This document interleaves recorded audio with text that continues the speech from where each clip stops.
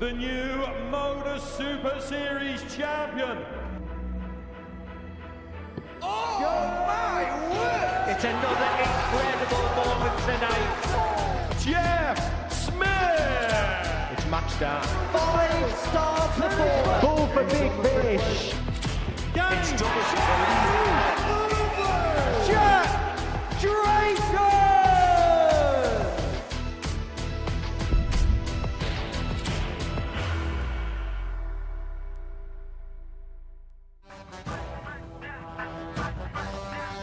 It's Jim McEwen.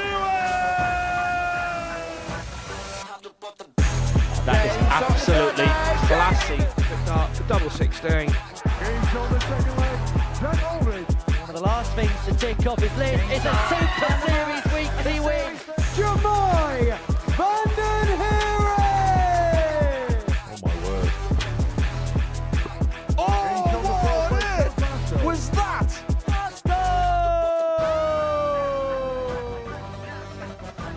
Mate, only need 3. Double 12. What a way to win it, Robert Thornton. Robert Thornton! Like father, like son. Mason Whitlock hits the 9-tarter. Oh, wonderful from Warburton.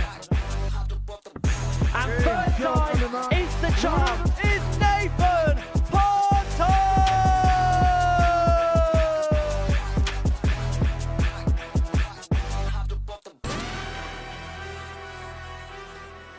We're into the final month here in Series 14. In a few weeks' time, we will know who is going to be lifting the jackpot. And in action this week, 3 players who played in the previous Champions Week, including 2 young talents who have got a beaming future ahead of them. Welcome along to the action here from the Live Lounge in Portsmouth. Well, on the day where the Wimbledon Tennis Championships get underway, we've got 6 aces in action for you on this Monday morning, and they're all looking to serve up a treat. No strawberries and cream for me and Paul Nicholson on this Monday morning, but plenty to keep us entertained. And you look at this week, you've got the likes of Ches Barsdow, proven experiences, won here 3 times, Jamai Vanden Heren and Nathan Potter, 2 young talents that have won here previously.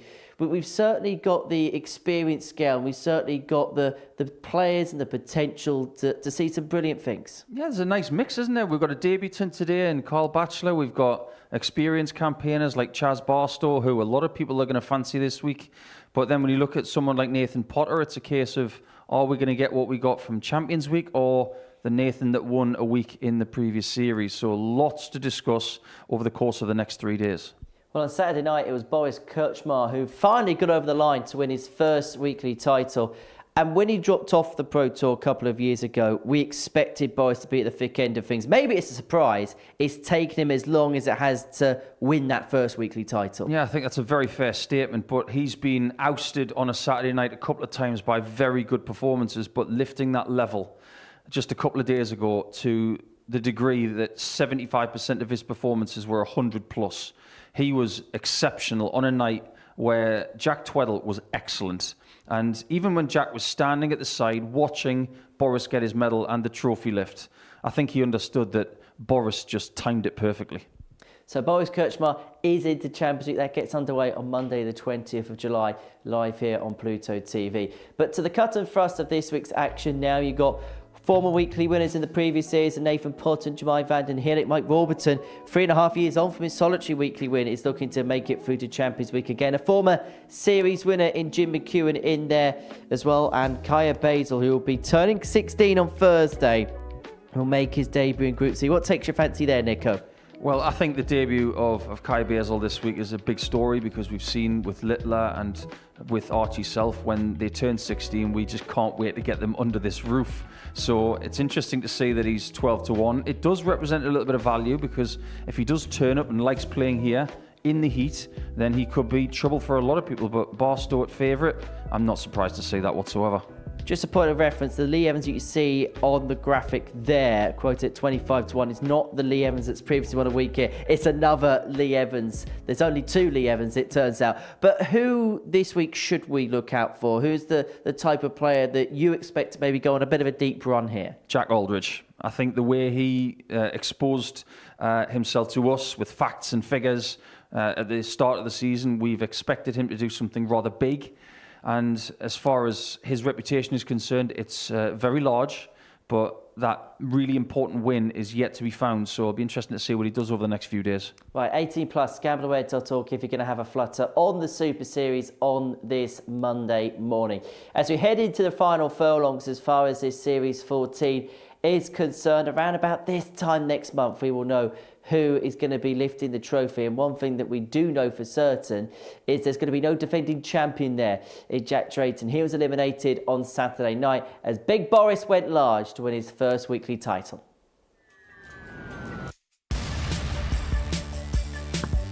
Only needed the one direct tops and Jack Tweddle. You're losing options.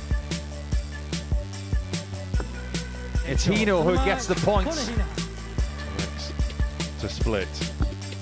Martin to land a knockout blow. There it is. Jack Drayton's title defence has come to an end. And the outcome is inevitable.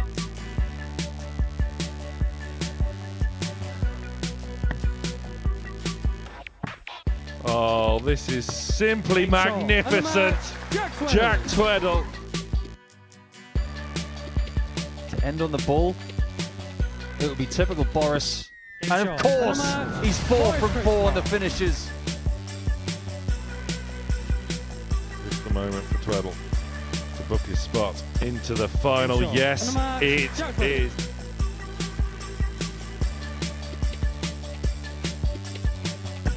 Heads in a spin. And it's Kurtzmar on the charge.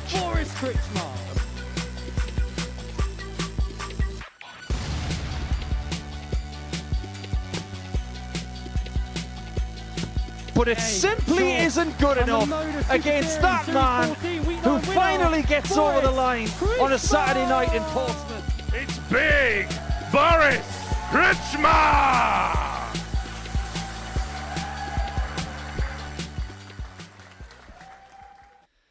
So this is how Champions Week is shaping up. And I say this, I feel like every year, Nico, when we get to this stage of the season, it feels like the Summer Champions Week tends to be the best one in terms of lineup, in terms of quality, in terms of standout performers and performances. And you look at the 9 names that are already in there. Look, Derek Coulson, of course, will go off favourite, but there's so many lively and likely contenders. Yeah, you can't write anybody off. I mean, look at Archie Self, the winner of week 4. He's had plenty of time to get ready for what happens in the next few weeks. And he didn't lose a match in week 4. Then you've got Derek Coulson, who didn't lose a game in week 7. You talk about the heightening of the standard. Do you really need to know any more than that?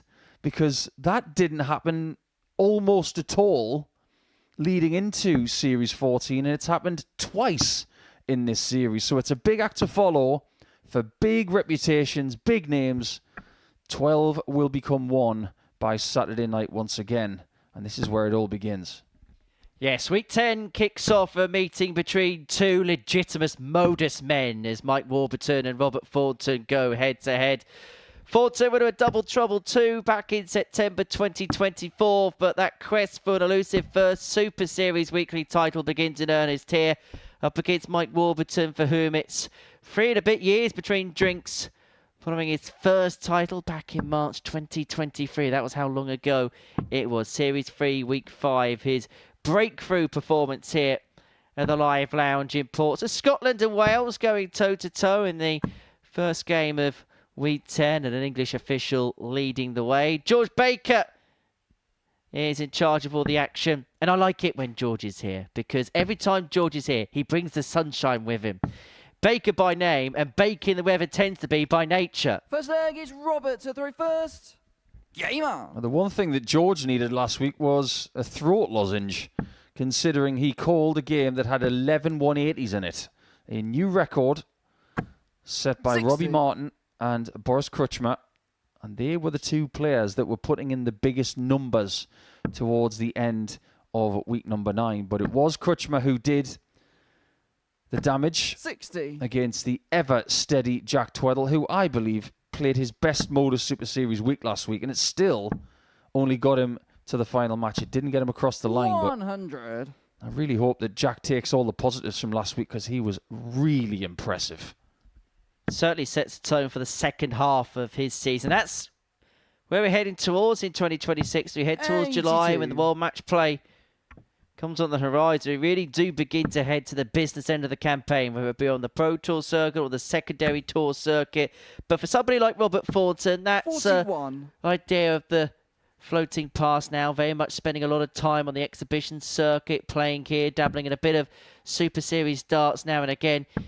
He still wants to be competitive, but he knows that his time right at the very thick end of the sport has come and gone. He's just trying to enjoy the twilight years of his career. There's nothing wrong with that either. He can still play. 123.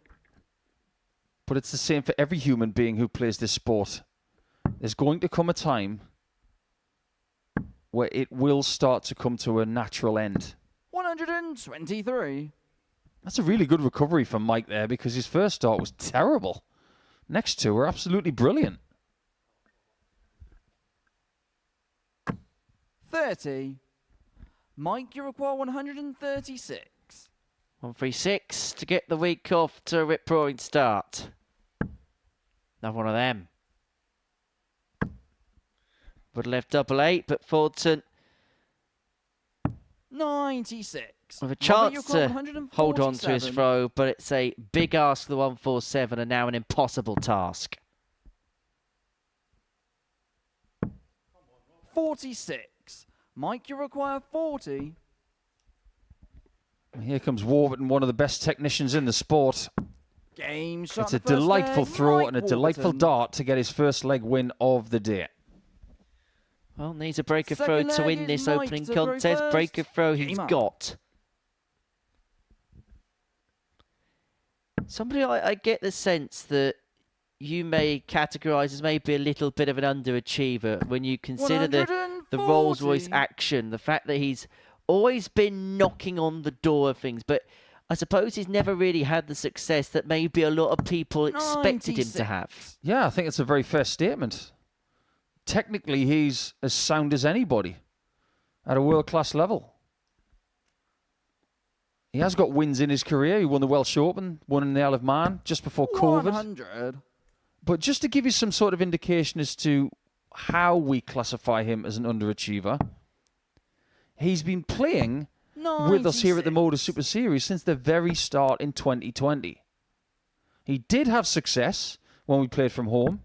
He did play some very good darts in the previous studio in Southampton, but in Portsmouth, one weekly win does not constitute success for him. That is underachieving for someone of his ability level.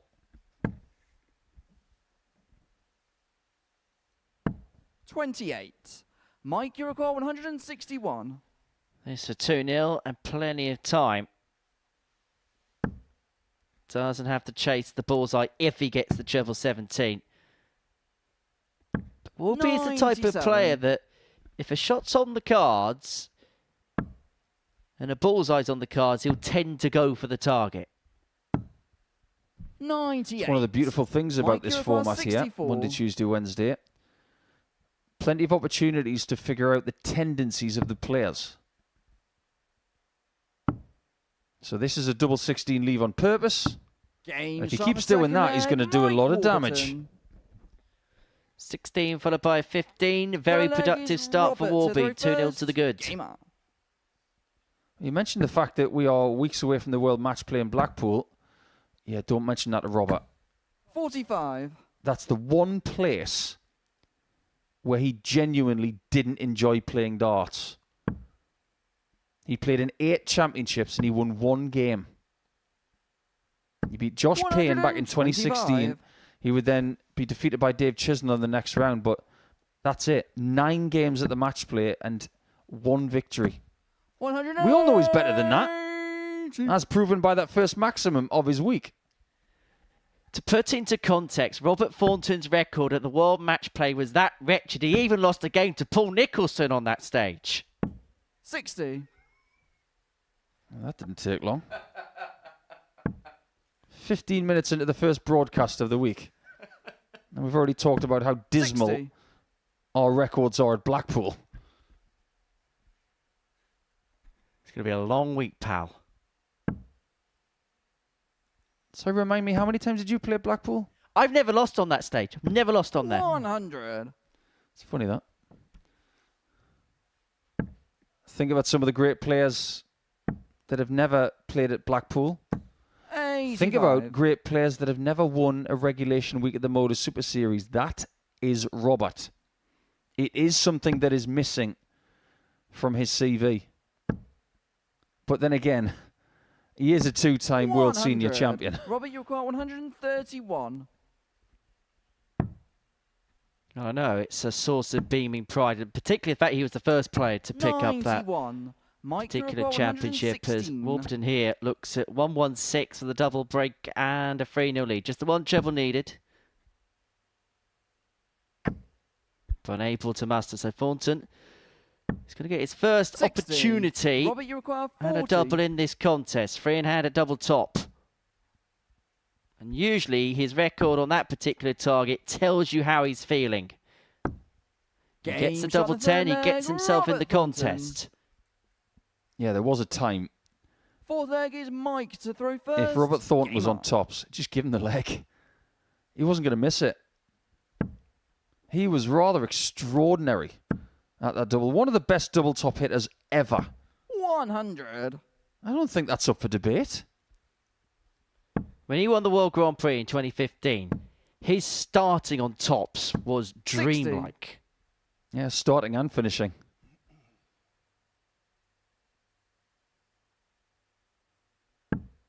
He's one of the most humble darting individuals that you will ever meet.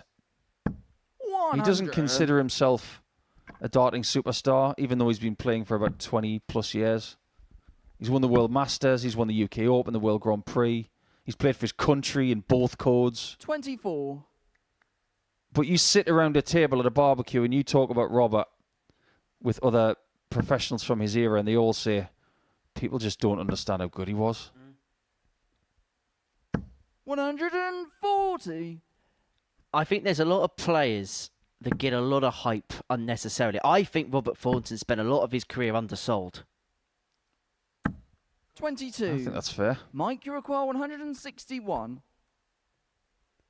But as his opponent here this week, you're not playing peak Thornton, you're playing Thornton now. So if you believe you're playing the 55. name, you're probably going to lose.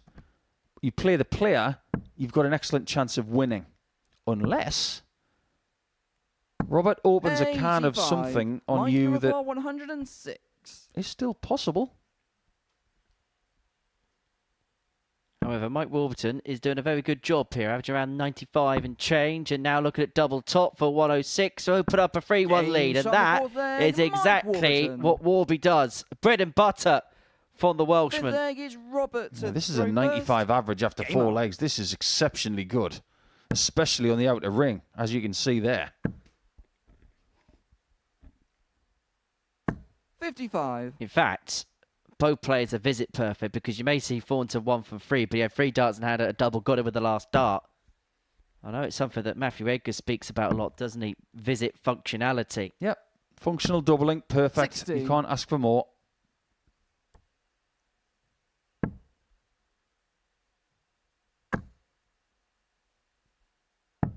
$83. Throughout the course of the week, we will talk more about Robert's achievements because they deserve to be spoken about. But there are other players here this week who will genuinely believe that this is going to be their 60. week. I always look at week 10 of a series as the David Davies week because that was the week that he liked to win. But he's not here. 93. This Welshman is. And when you get to week 10, if you can have a really good month of form, 100. it could change your career. You win a week, you go away, you have a couple of good weeks elsewhere, maybe with the ADC system or locally, and then you come back to 60. Champions Week and you just go for it. Well, week 10 has traditionally been a good week to win. In the past, we've seen Luke Littler win a week 10 and then win a series. Seen Jim McKeown win a week 10 and then go on and win a 60. series. It's just a good placeholder to be because you've got that nice gap between knowing that you're playing good stuff but then not burning yourself out like John Henderson did 100. when he played his first series here, 1 week 12, played the full 6 days and then had to play the full 6 days the week after. Yeah, other week 12 winners have really suffered. Chris Mason in Series 1. 60. Having said that, Robert, Scott you Taylor require did rather well in 110. Series 6. He played 12 days out of 13 and won the title. Well, it looks like it's going to be 23. work to do for Mike, you require 161. Robert Thornton. Whereas for the third time in this game, Mike Wilburton's left himself on 161. If he gets it, he wins the match. Treble 17. For the bull. He's been perfect on the outer ring, but he's not quite perfect on the 131. bullseye. Robert, you require 87. It is not the bullseye for Thornton, and you can see how annoyed he is that he hasn't got a shot to make it 3-2. 37. Indeed, he might not get any more Mike, you require shots 30. in this match.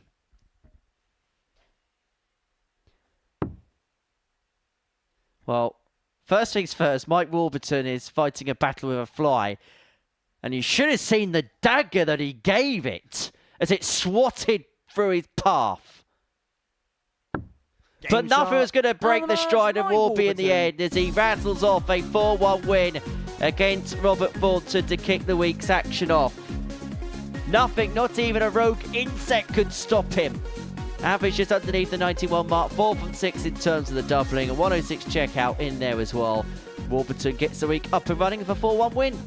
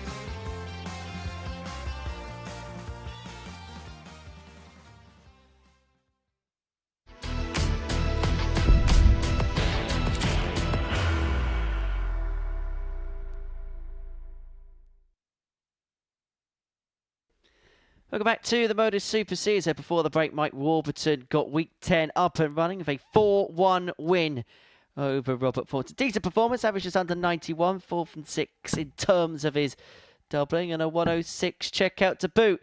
Game 2 could be one to tantalise those tungsten taste buds as Nathan Potter and Jack Aldridge go head-to-head. Potter, the 22-year-old winner in the previous series. The player's very much going in the right direction. Up against Jack Aldridge, another tip-top player from Tipton. The 37-year-old making his second appearance here. Made it through to Saturday night, the last time he did appear at the Live Lounge. And haven't had that taste of tangible success here at the Live Lounge. He'll be hoping to go all the way come Saturday. And to be fair, the story of Jack Aldridge has very much come out the blue. Didn't really know much, if anything, of him prior to Q School. Nathan to throw Came first. very close to picking Game up a tour card. He's had a decent start to the season on the Challenge Tour. He impressed on debut here, but this young man is somebody that's impressed a lot over a number of years.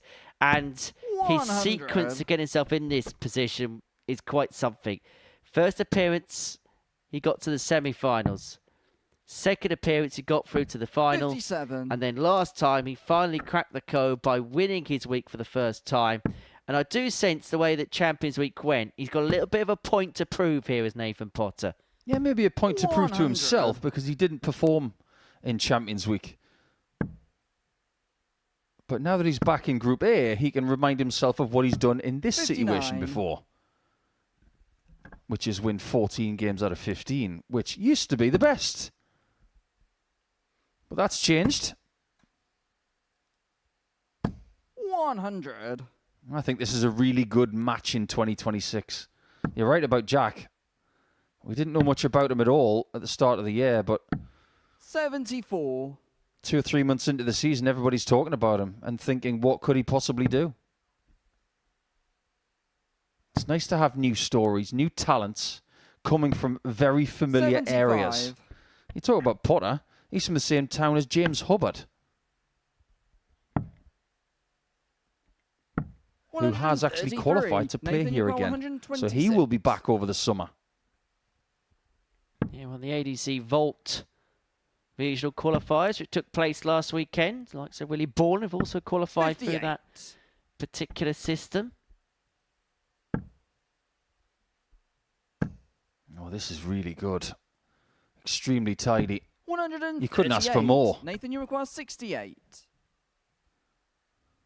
And what he wants from Potter is a miss. And he doesn't get one. We're starting with some really effective doubling here on Monday morning. I feel like that's been a hallmark of Nathan Potter's game. He's not somebody you look at in terms of 180 charts and you see right at the very top of the list. He's a very good 2-treble scorer, 1-treble scorer, and then when he gets an opportunity, he by and large takes. He'll probably hit a maximum here. Right off the back of what you've just said. 108. You couldn't have timed that any better, Henry, honestly. But it was Aldridge who started this. Oh, 140. so close to 9 treble 20s. See, I told you, it's not a great big 180 here to Nathan Potter. 97.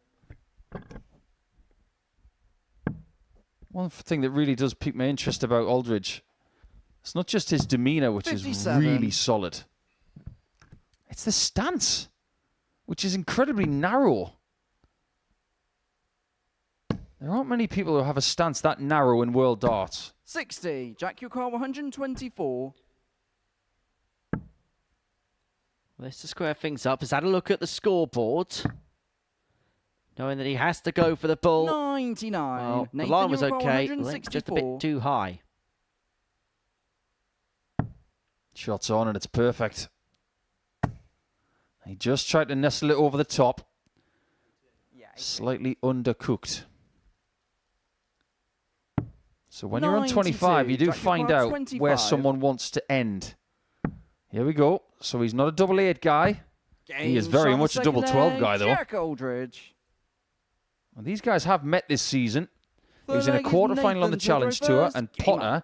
put in his best performance of the day against Jack. And he would go on to win the title, beating Radek Sagansky in the final. So they do have a bit of experience against each other, but by the end of Wednesday, they would have played each other 4 times this year. 93. Coincidentally, who did Nathan Potter beat in the semi-finals of that event? Derek Coulson. 140. Well, let's have a look at that stance. And more importantly, you can see the tippy toes there of Jack Aldridge, where there's just literally nothing separating them. Yeah, when you're projecting something or throwing something, it doesn't matter whether it's 20 grams or 20 kilograms. You've got to have a solid base. And Aldridge's stance really does tell me 100. that he's got a lot of natural stability, because he's got 3 inches between his toes. And that is nothing. 58. For some people, that would be really, really difficult to throw darts with a stance that narrow. Can we get a close-up on 8, please, guys?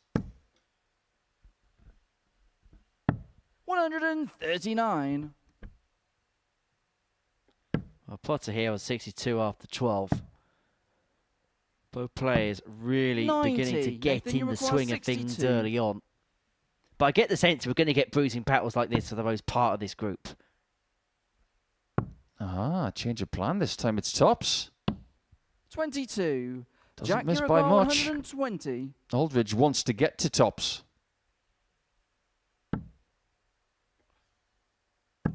He does get there.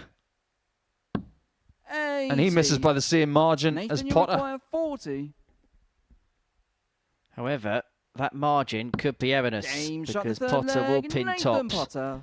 And he'll put himself 2-1 to the good. 3 legs played, 3 Fourth legs leg all is going Jack with to throw throw thus first. far. Game on.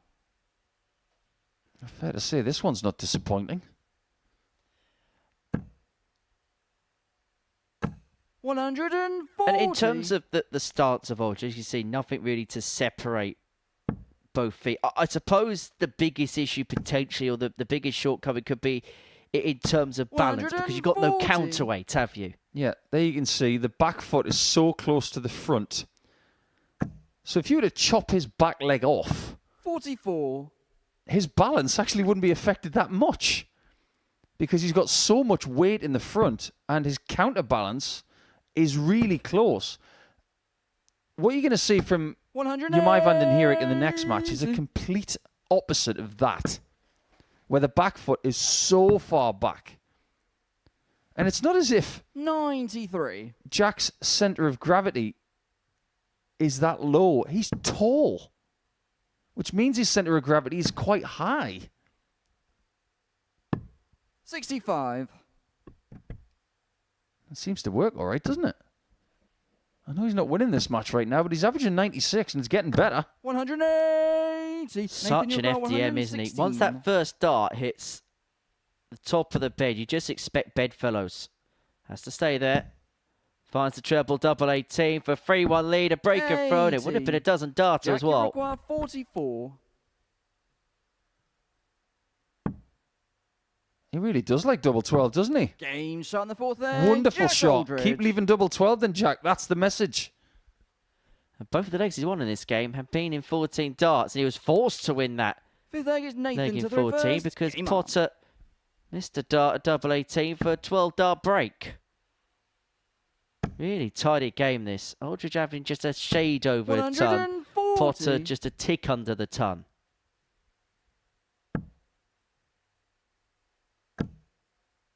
Well, these are benchmark players 140. at this level of the sport. If you're starting a challenge to a stint, or if you want to be an ADC representative at the highest level, 66. these are the kind of players you have to beat. And I just wonder over those couple of experiences that Nathan Potter's had on the Pro Tour, which 123. has had some differentiating success. I just wonder whether that's made him more battle-hardened as a player. 135. Because since March, since that win, now I know Champions didn't go to plan, but you look at his overall numbers, they're going in one direction. That is a trend upwards. 125. Nathan, you've got 160.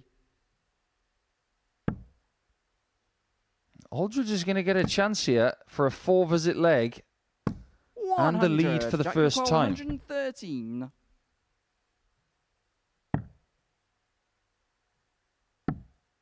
He doesn't get the treble he needed, so Potter has a clean route to 97. tops. Nathan, you require 60.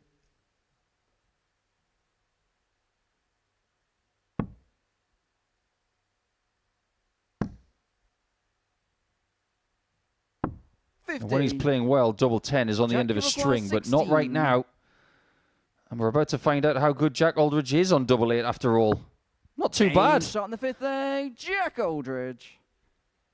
Gets the breaker throw, which puts him into a 3-2 lead and now gives him the darts to win this match. What is it about Tipton, Jamie Hughes, Scott Baker, Jack Aldridge, and many more?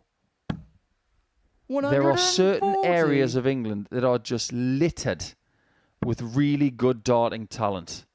Newcastle upon Tyne, St Helens, 135. Maidstone in Kent, and Tipton. Oh, and Bristol. They've got a fair share of really good players. And nowadays, down here on the south coast.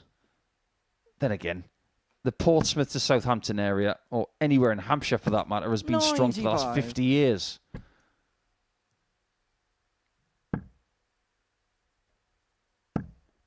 Well, Aldridge here looking to see the job off once and for all. Knew he had 6 on 264. He's put a big dent in that.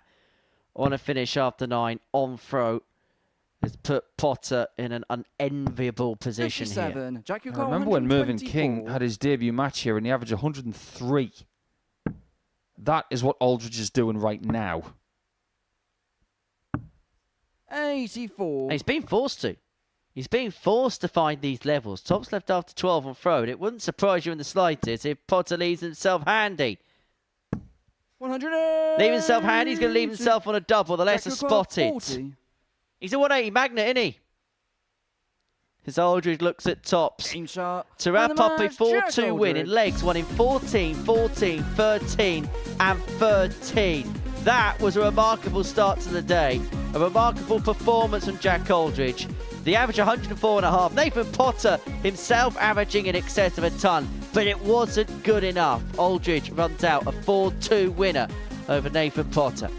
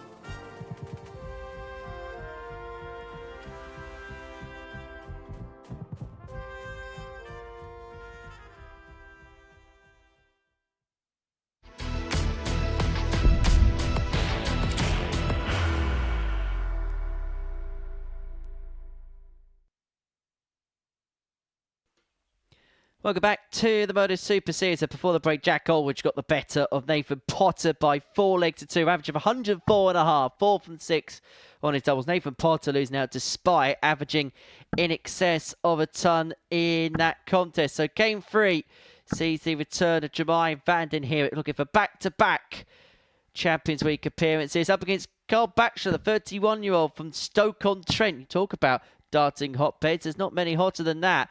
Mr. Porky, his nickname. We will devour into that a little bit more as the day goes along. Up against Jemai van den Herik, the 23-year-old from Alblasserdam. Quite simply, my dear. Terrible movie reference, that. But he is a player that was knocking on the door of a weekly title, finally crossed the line last time out, and maybe a little bit like Nathan Potter, who we saw in the previous game, may feel as if, following what happened at Champions Week, he may have something to prove over the course of the next few days. You and I both know, Henry, that dart players, especially the young ones these days, they're obsessed with what comes next. When they achieve something and the dust settles on a victory, it's what can I do next? And the dust didn't have a great deal of time to settle for Jemai when it came to Series 13, because he won on the Saturday night. He was back on the Yockey on the Thursday after going back to work. It was all a bit of a whirlwind for him. But now, he's got this week to tackle. 140. It's by no means simple because of all of the talents that you've already seen and will see. It's not about waiting for what's next. It's about what you can do now.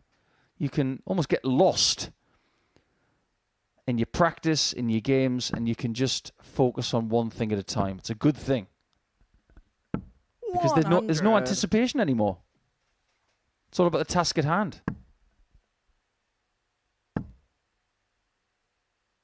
100. We've been hearing on the grapevine from some of our Staffordshire and West Midlands contacts that Carl Batchelor is a very good player. 100. The next 3 days will give us a bit more information about that.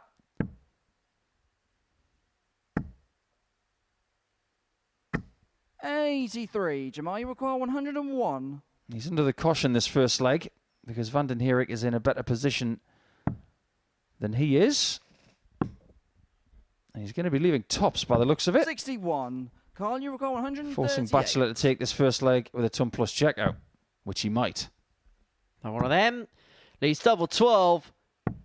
Well, that would have been some way to announce himself on the live round stage. 40. So tops for van den Herik. Double 10 will do. Jemai van den Herik. Break, which he craved if he was going to go and win this contest. Now, second egg is Jemai to throw Jemai's also in this position, I feel, where he's trying to back up what was a very positive 2025 campaign. Won 2 Challenge Tours, won 2 Dev Tours, got into the World Championship as a result of 59. it. And I think sometimes, and I think us in the media can sometimes be found wanting and found guilty of maybe piling a bit of pressure on players when they have that 100. first little taste of success. But Jemai, this year, there's been good stuff, but it's not been as good as last year. And I think particularly nowadays, when you have that breakthrough season, it's incredibly difficult to then follow it on. 100. It's extremely hard. That's what makes what Ryan Searle has done over the last 7 seasons so remarkable. He's won on the Pro Tour for 7 straight years. 60. Ross Smith is having the best season of his career.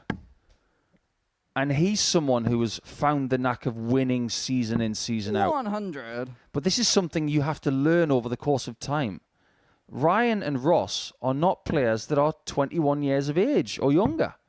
They've had to go through terrible times, 44. tough times. And in the case of Ross, at one point he went back on the trucks. And I'm sure he spent many an hour thinking about what he needs to do to become the player he's always wanted to be. And this is a journey that Jemai van den Herik is going through. You don't judge someone by their worst season. You judge them by the kind of processes they go through to make themselves better. Well, he found the 138 in the previous leg. He's not going to find the 143. Would expect to come back, 87. barring some brilliance from his Dutch opponent. 152.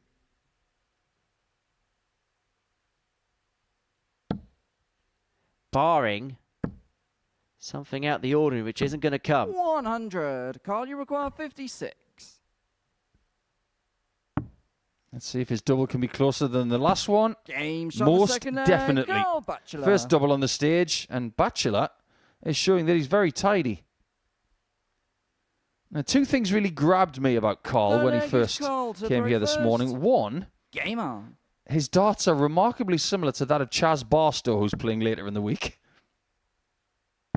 And secondly, you know, we were talking about Jack Aldridge's stance in that previous match. I want you to look, when you get the opportunity, at the front knee of Batchelor. It bends as he throws. 81. It's really unusual.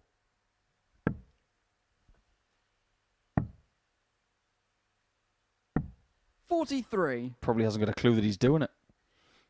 It almost feels like he's about to throw a shot put and then it does a dart. The way that he just bends the knee slightly before 140. letting rip. Yeah, what shot putters do when they're at the back of the circle is they bend their right or left knee and then they thrust backwards.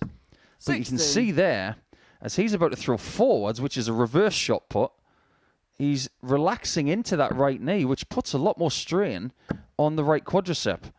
Which would be interesting to see as the week develops and you're playing 5 games a day over this format. Whether you might see some tightness, some tension, some tiredness perhaps creep in. I wouldn't be surprised if at some point in Carl's life he's had maybe an accident where he can't fully straighten or hyperextend his right knee and he's got to have some sort of bend in it. 100. It's not stopping him from playing some good stuff here. That's a nice rhythm he's got. Well, he's certainly put the task up to Vanden Hidek, who's left himself an 80 after 12 for a breaker throw to put himself 2 onto the good.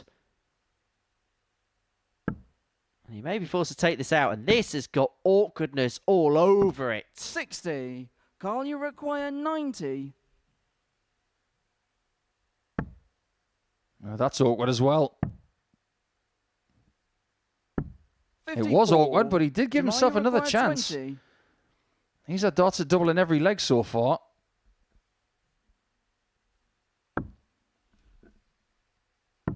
Has decided to split 2 for double 4. 16. And that moves on the inside. So there's an opportunity for Carl Batchelor to take the lead for the first time in this game. Game shot the Take the lead he does. And 1-0 down, finds himself 2-1 in front. What is it about players from Stoke with Jamai nicknames to throw first. that are unforgettable? Frosty the Throwman, Mr. Porky, Jackpot, The Power, Diamond. 59. The Hammer? Exactly. I wonder why he's called that. 97. There's got to be a story to it. But having said that, Stoke-on-Trent has given us an incredible amount in this sport. It's not just Phil Taylor and Jackpot and Andy Hamilton, but the amount of incredible dart players that have come from Staffordshire over the years. Oh, we could be here all day. I remember old England international Les Capewell was from Staffordshire. And here's a little tidbit for you. Les Capewell used to make his own stems. He used to make them out of wood. So if you think long stems is a new thing for Luke Humphreys, oh no. Go back years to Les Capewell, who played for Staffordshire, and he used to wick them. Unbelievable stuff. Didn't buy them. He'd wick them with a knife. 40. Carl, you require 84. Best leg of the game by a long distance. But that's not the best dart of the game by a long distance. Yeah, we're not going to chastise him too much. 60. Because even Michael van Gerwen's hit a 12 this year. When going for a 20. Happens to the best of us. 3-1 to Bachelor is a very real possibility. 100. Carl, you require 24.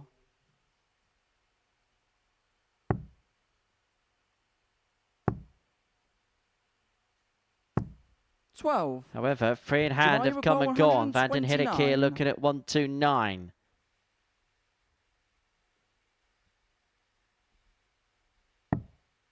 Triple 20 for the bull. Unable to get so Batcher's got 3 more here. Carl, At double 6, but he's going to be forced to take it because Van den Hidek's left himself on a double. Straight down the pipe. And that breaking throw puts Bachelor into a 3-1 lead. I think the tale of this game right now is all about the fact that Van den Hidek is giving Bachelor too many darts at double. He's at 12 and hit 3. Don't get me wrong, that's steady. 140. But if you're getting 12 darts at double, the man from the Netherlands has got to score more. He really does. He's had 9 treble scores in this game, but he hasn't been able to, by and large, then follow it up with another one. 45. This will be difficult as well when you're making your debut against a former weekly winner. The pressure's on from the off. 140. But if you're a debutant coming in game 3, I think that's a nice spot to be in. Because if you play game 3 and you have 58. The darts, your next game's going to be game 6. So you've got a couple of games to figure out how you felt and how you move forward. However, his next game is against Jack Aldridge, who has just started with a bang. 91. And then followed by Nathan Potter. And then you begin to think baptism of fire. There's nowhere to hide. 100. Jamal, you require 170. Have you got your fishing rod, Nico? Don't have one. Maybe I need one. Apparently I didn't. No, you're safe. You're safe in these waters. 85. But Jamal Van den Hidek could find himself in very choppy waters because Bachelor here looking at 158 to win it. And to win his debut game in some style. What a way to wrap it up that is! Carl Bachelor. What a start for Carl Bachelor at the Live Lounge in Portsmouth. He's more than announced his arrival on that stage. A 158 checkout to depose of a former weekly winner in Japai Van den Hidek by 4 legs to 1. Some start on the Live Lounge stage for Carl Bachelor.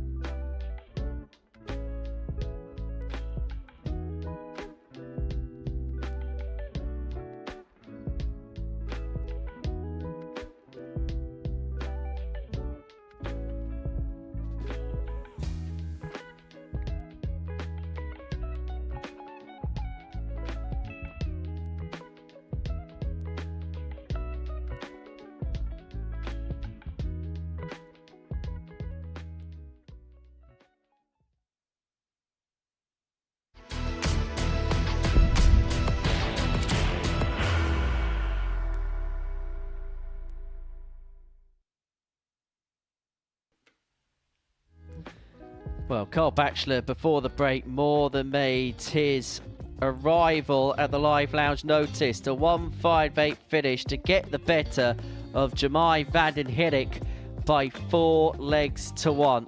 A statement start for Carl. For van den Herik, work to do as the day progresses. But we're round down on this Monday morning. Wins for Batchelor, Aldridge and Warburton. And we're going to see Warby back in action when he plays Nathan Potter, who averaged in excess of a ton in a 4-2 loss to Jack Aldridge in the opening round. For Mike Warburton, it felt like a professional job. Very well done against Robert Thornton. Averaged just underneath the 91 mark. 4 from 6 in terms of his doubling and a 106 checkout in there. Now, both players in their final set of practice darts have hit 170 finishes. I tell you what, his darts is better than his fishing. What on earth is he reeling in there? Is he reeling in a shark? Is he reeled in like a great big whale or something like that? I thought he was going to break his back doing that. Well, we'd prefer it if he didn't. You've still got 14 games to play in Group A. Isn't it funny how that celebration's caught on? Nobody thought about having a celebration for a 170 checkout until Little had started doing that. And now everybody's doing it. When in fact, let's say in PDC darts, who was the first person to make the 170 checkout famous? Mike to throw first. It was a shark. Game on. It was Jaws, Colin Lloyd, because he won the World Match Play with it more than 20 years ago. The infamous 60-60 bull. Now, once upon a time, the 170 was called the Holy Grail by the great Sid Waddell. And now it's been rephrased the Big Fish by a certain Rodri Stud. And now everybody calls it the Big Fish.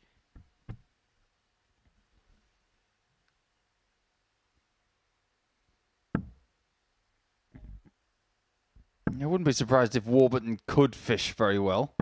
60. He's a decent golfer. A very decent dart player as well. He's almost like the Welsh Colin Osborne. I think he's good at everything he does. 100. But his celebration skills need a bit of work. Well, we know that he'll be watching this back, and I'm sure that he'll be passing some comment on that.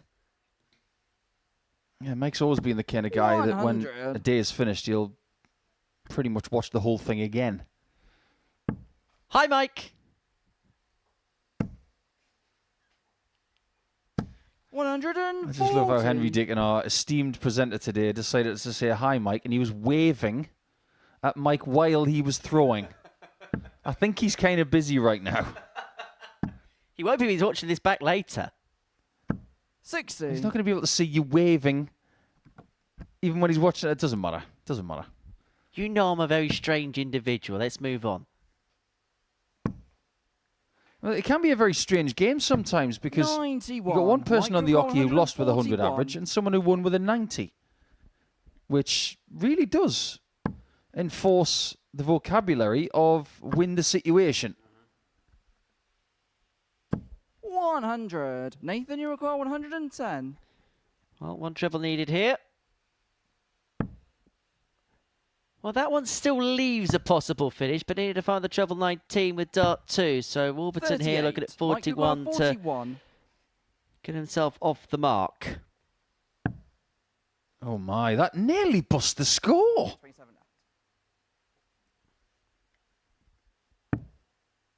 And down for double 8. 33. That was a bit erratic. Nathan, you require 72. Which is not what he was like on doubles in his previous game. Another one of them. These double top for the break. 32. He was Mike, so you good, require one dart 8. in hand against Jack Aldridge. The problems came when he was getting Game shot in the multiple first leg, opportunities, Mike but he's not going to get Warburton. another one in this leg. Warburton pins the double 4 to move 1-0 to the good. Second leg is Nathan to throw first. Game on. Have you noticed on Mike's sleeve he's got what looks like a word search there for his children's names? 100. That's another thing that really took off a few years ago. Dart players putting the name of their children on dart shirts. Stephen Bunting, Chris Dobie, Joe Cullen, 60. Nathan Aspinall.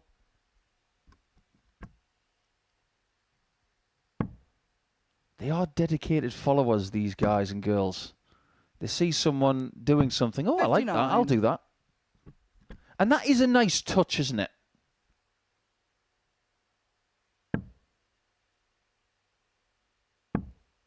And look, it's a big sacrifice that players have to make, even at this level. 85. A week away from the family, a week away.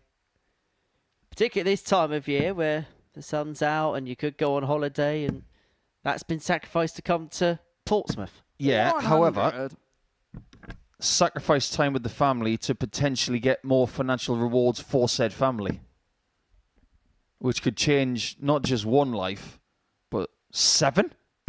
100. Speculate to accumulate. And we saw what it did to Jack Trelawin in the ADZ Global Championship. Was able to take his kids away on holiday, experience things that they would never have experienced otherwise, and actually also then, with a bit of the pocket change that he had from the 60k, was able to then pump some money into his starting career. And look where that's taken him in 2026. 100. Nathan, you require 102. It's a brutal business. And if we are being honest, I don't think anybody's played as well as Jack Tweddle in this series and not picked up the victory. It was Alex Williams in the previous series. He only lost one game all week. Warburton might not be losing this leg. It's another haymaker. And this time Warburton with a 1-5-6 takes a 2-0 lead.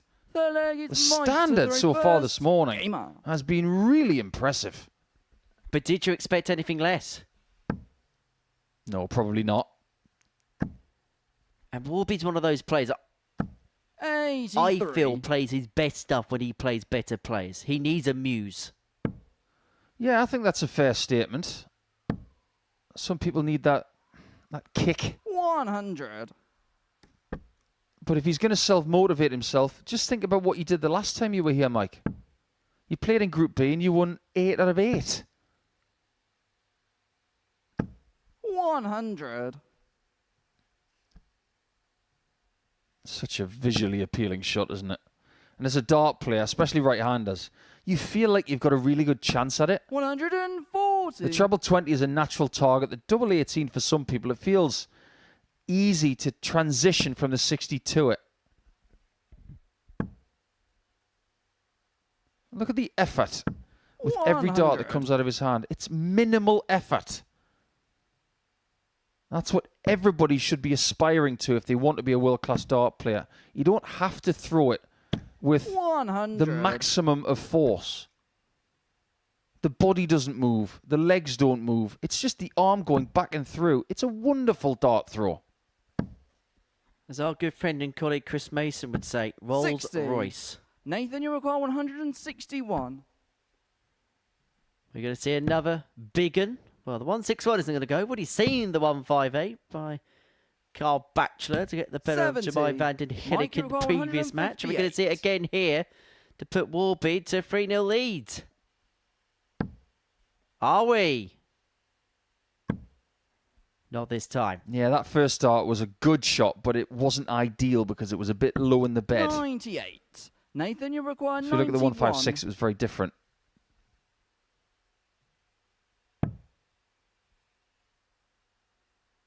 He is not going to go double-double. 41. Which is very interesting. Mike requires 60. It might be Warburton, who is going to 3-0. Well, that's a bit flat. 20. And that's why he had to go lateral. Nathan, you require 50. Finally, an opening for Potter. At a dart to win the opening leg. He's going to get 2 to win leg 3. Game and shot eventually gets himself Nathan on Potter. the board. That's such a lovely angle to see what he was trying to do with that second shot at double 16. That's a Ryan Joyce style shot.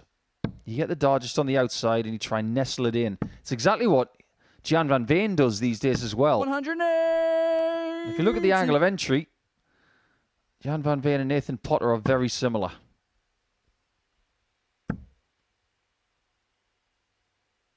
$100. Look at that.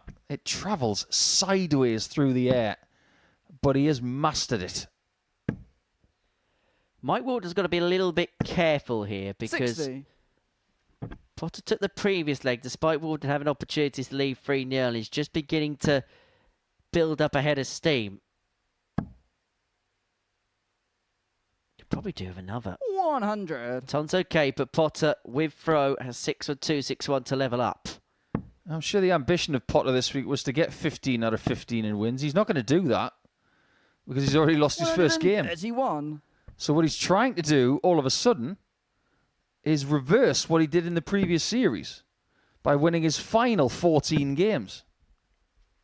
Curiously, the person who stopped him from getting 15 out of 15 Nathan, you require 130. was Lee Evans. But we've got a different Lee Evans here this week. Ah, the universally loved 130 little fish. Doesn't have to go for the ball. He's not going to 98. contemplate it. Will leave himself on a double after 12 to square the game back up at 2-2.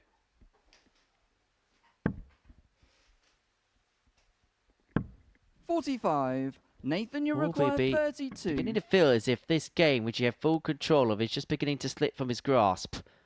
The 2-0 lead has shot on the fourth evaporated, leg, and at this Nathan present moment Potter. in time, Nathan Potter is the better player of the pair. Fifth leg is Mike to throw first. Game on.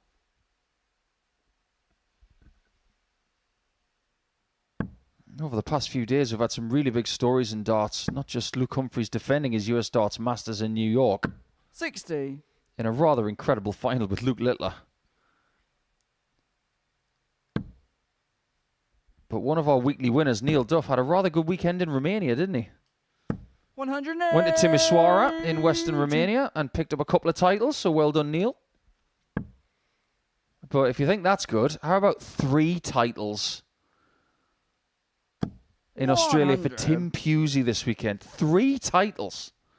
Really good effort for him. He looks like he's going to be going back to the ANZ Premier League again. I wonder if he can do well in that. Maybe we'll see him later in the year. 91. He's a vibrant sort. Certainly a magnet for trophies in 2026 is Tim. Like you're a magnet to puns.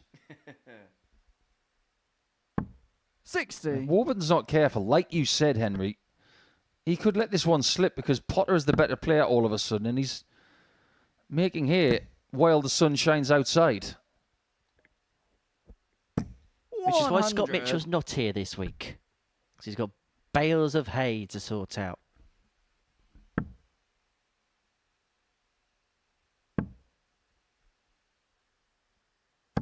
$81. It's a good last Nathan, start, you but it require doesn't get him to a finish. 130. And Potter's got the luxury of 6 from 130 again. Left it after 9 in the previous leg. He was able to leave himself on a double. 65. Able to do so on this occasion, however. Should get 2 when he comes back. What pressure could Wolby apply?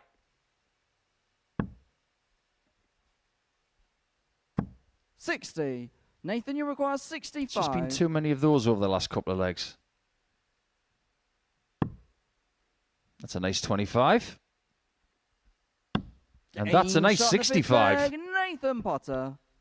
And in the space of 27 darts, Nathan Potter's turned a 2-1 deficit leg to a is 3-2 Nathan lead, to and all of a throw sudden first. throwing to Game win on. this match.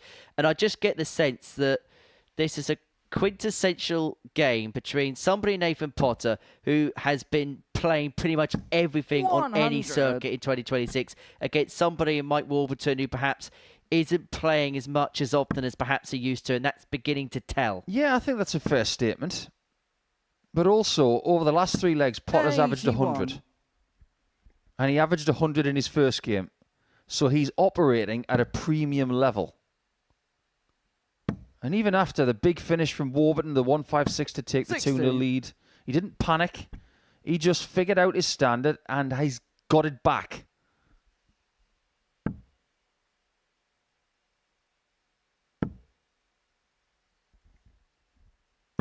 $100. Well, if we know one thing about Mike Warburton, he's not afraid to get involved in a scrap. However, 123. he might be forced into surrender here if Nathan Potter's just going to carry on piling in trebles, as if they're going out of fashion, as if they're being handed out like confetti at a Greek wedding. Warburton's had 95. 1-2 treble visit in this match. Potter's had 6. Make that 7. 108. We've seen one game finished on double 19. He's got the option of another.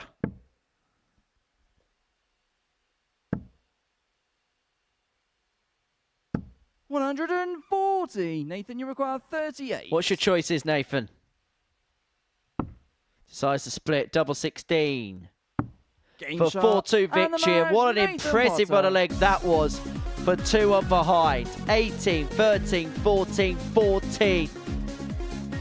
For Nathan Potter to get his first win of the week on the board. He gets the better of Mike Warburton by 4 legs to 2, average just under 95, and 4th and 6 when it came to his doubling.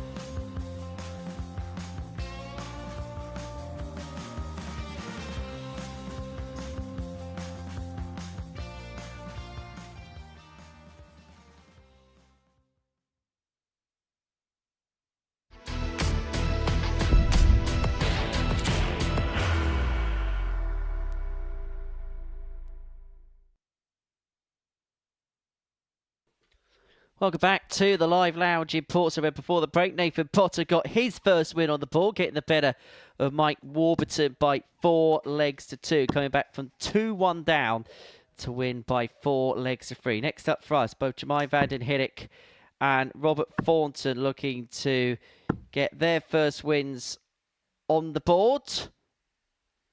For Jemai, he lost out 4-1 to Carl Batchelor, whilst Thornton also lost out by that scoreline to Mike Warburton.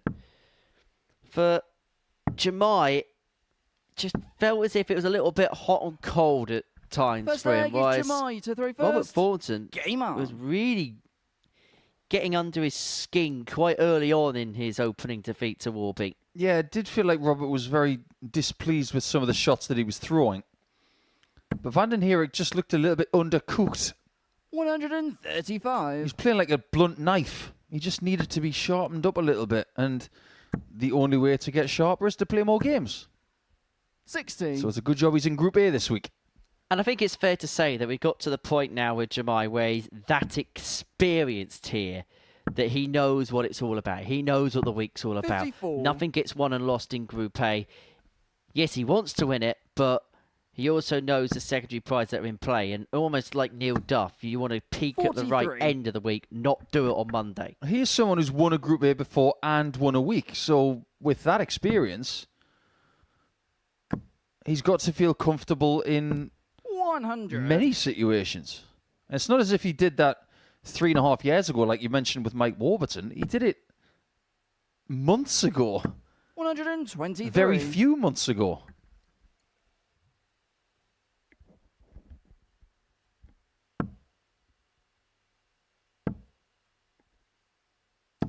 $100. He's got a very interesting loopy style, hasn't he? If he was going to be a cricketer, he'd be a spin bowler. 140. Very much Graham Swan-esque. 112. More like Murley, I think, because of the way he throws. He'd definitely be an off spinner instead of a leg spinner. Well, as long as he doesn't 100. retire midway Bobby through the Require session today, we'll be 135. okay. He's trying to get a shot at the bullseye. 99. Jemai required He 12. does leave himself handy, but it might be a little bit late. So 2 sixes for Van den Herik. Game shot in the Put first himself leg. 1-0 Jemai to Van the den good. Herik. Second leg is Robert to throw first. Game on. I think sometimes you've got to remind yourself that it's 2026. Oh, how time flies. 100. Robert won his first PDC title back in 2008. That was after he'd won the World Masters. His transition from BDO 100. darts to PDC was quick.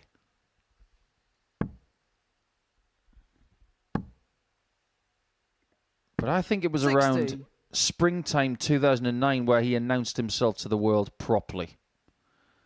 Because there was a double header in Irvine, just outside of Glasgow, at the Magnum Centre, 134. and he won them both.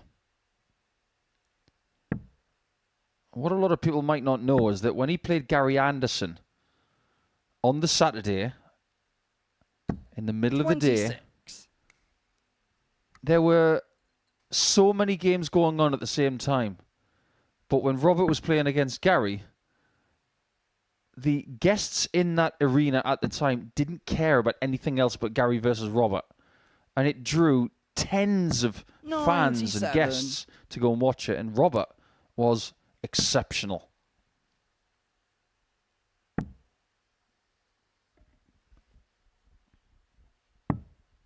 $13. Jemai, you require 170. Big fish time again for Van den Herik. Doesn't have to go for it. He's got plenty of time from this point. And we'll never know if he was going to be 98. flirting with the bullseye.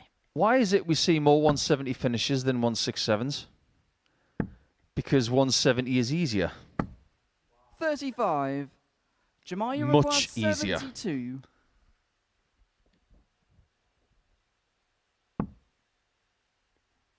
Well, that was definitely 2 singles for double 16.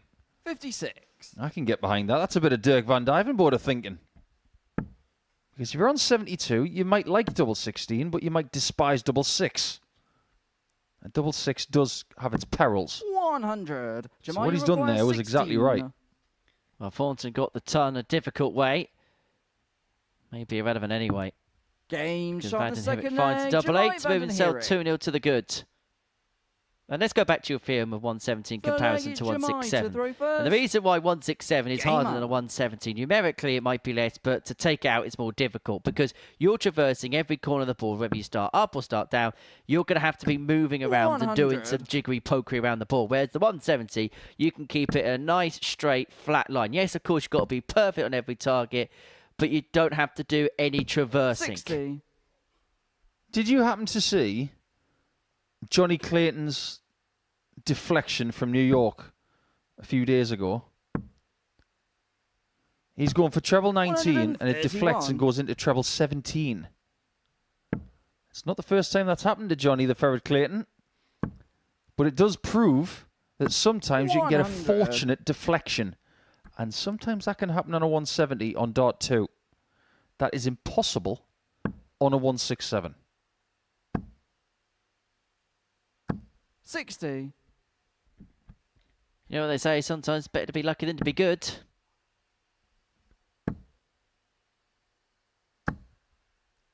Yeah, but if you're good, you can have a good long career. Luck, sometimes that's seconds, if not just 1 second. So just to protect yourself, be good. And don't 140. account on luck, because you might never get any. I've got to say, Vanden Hirik here is doing a very 85. professional Jamal, job. you Robert require Thornton 70. is quite noticeably struggling. But Vanden Hirik is just getting on and doing his own job. He's almost forgotten that he's playing an opponent. It's almost as if he's playing against a computer. That's the way you've got to play. 38. You can get yourself in the zone of, I don't actually know who I'm playing unless I turn around. That's when you can have your best performances. 85. Jamal, you require 32. Just play the board and play in your own space. And that's exactly what he's doing. Jamal Vanden Hirik. Fourth egg is Robert to throw I said it to you off air, Gamer. and I'll say it on air. I think Jamal Vanden Hirik, in terms of young players, has one of the 84. best attitudes and one of the best temperaments there is of somebody around his age. Because he's had his fair share of success. He's played at the World Championship.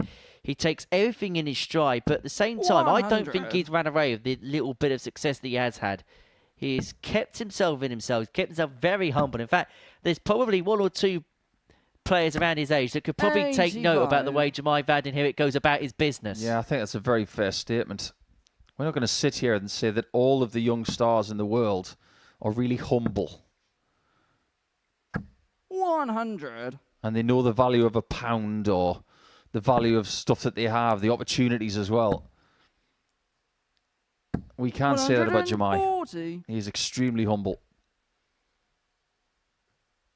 He's not above his station, even though he's about 7 foot tall. 97. Maybe a little bit of success can change people, but it hasn't with Jamal. Well, he's playing someone who is 85. someone who wasn't changed by money, by perceived celebrity. Robert has been the same since the first day he's met anyone. 44. He has never Robert, you require changed one 107. little bit. That's why we love him. 47. Jamal, you require 160. He doesn't love this, though. He doesn't want to be bageled with a big finish. He's not going to be. He's going to be on tops to save this 63. match. Robert, you require 60. Well, the only good thing about that is he's got a clear sight at 40. tops. But even then, Jamal, you require What's usually on a 97. string? it's beginning to feel shoestring. It hasn't been today so far. Not a lot of opportunities at it. Jamal going for a Geordie special. 81. Robert, With you two double require 20. 19s. And not even getting the first one. 15. Jamal, you require Just doesn't know what's happening 16. so far. And Jamal can find another double 8 to win by 4-0. Perfect guide. Now open target on double 4, and the double 4 is found to wrap up a comprehensive 4-0 win for Jemai van den Herik. He gets the better of Robert Thornton, and there's his first win. And that was just a real steady, professional job, average around 86, 50% on the doubles. Did what he had to do there to get the better of Robert Thornton to nil. Next up, Jack Aldridge takes on Carl Batchelor.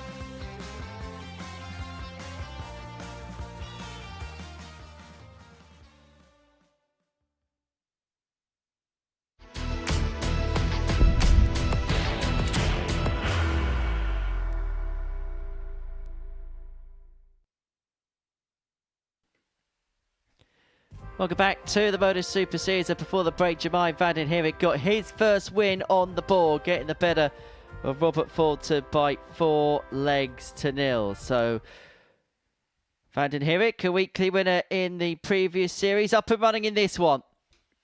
Game number 6, the final match from the second cycle of games. Sees Carl Batchelor and Jack Aldridge go head to head. Both players won their opening games. Jack Aldridge with the performance of the opening round in a 4-2 win over Nathan Potter. Average of 104.5, 2 118s, 4 from 6 in terms of his doubling in that contest. As for Carl Batchelor, well, he found that 158 checkout to beat Jemai van den Herik by 4-1.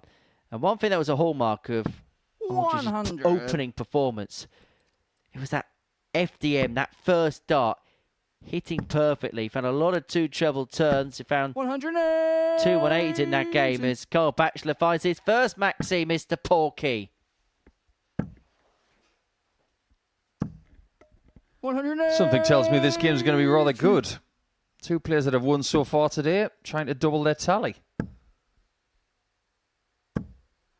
And not to let the cat out of the bag, but our esteemed colleague Sam Mulliner did say on Saturday night, watch out for Carl. He's very useful. And considering Sam is from a very similar area to that of Bachelor, I don't think he's too wrong. 57. Jack, you require 84. And this is a rather speedy game. But he slips into the wrong treble for the second time in 2 darts. 44. Carl, you require 164. And now has to hope that Bachelor doesn't find another big un. Can he dispatch the 164 at the 158? 125. Not quite. Jack, you require 40. I guess the 20 other way. 30. But the leg is still Carl, you alive. require 39. Bachelor can't leave tops. Yes, 7 scored. He had plenty of chances at double in his first game. And that is a Game wonderful in shot. the first leg, Carl Bachelor. 13 darts at a double in his first game. Second And he had leg more is darts Carl at double to the than very first. anybody in a Game match. And that's including the 2 second-round matches we've already had. So he's getting chances. 28. Just going back to what he mentioned in Carl's previous game about the bend of the legs he throws out. It kind of goes against the grain of anything that we say that players tend to do wrong. Because if anything, we 134. speak about players lifting the leg as they throw as opposed to bending the leg when they throw. That is extremely, extremely accurate.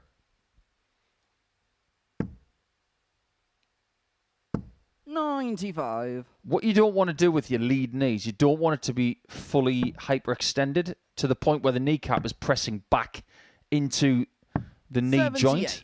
That is not conducive for the relaxed nature that you need to be having as a dart player.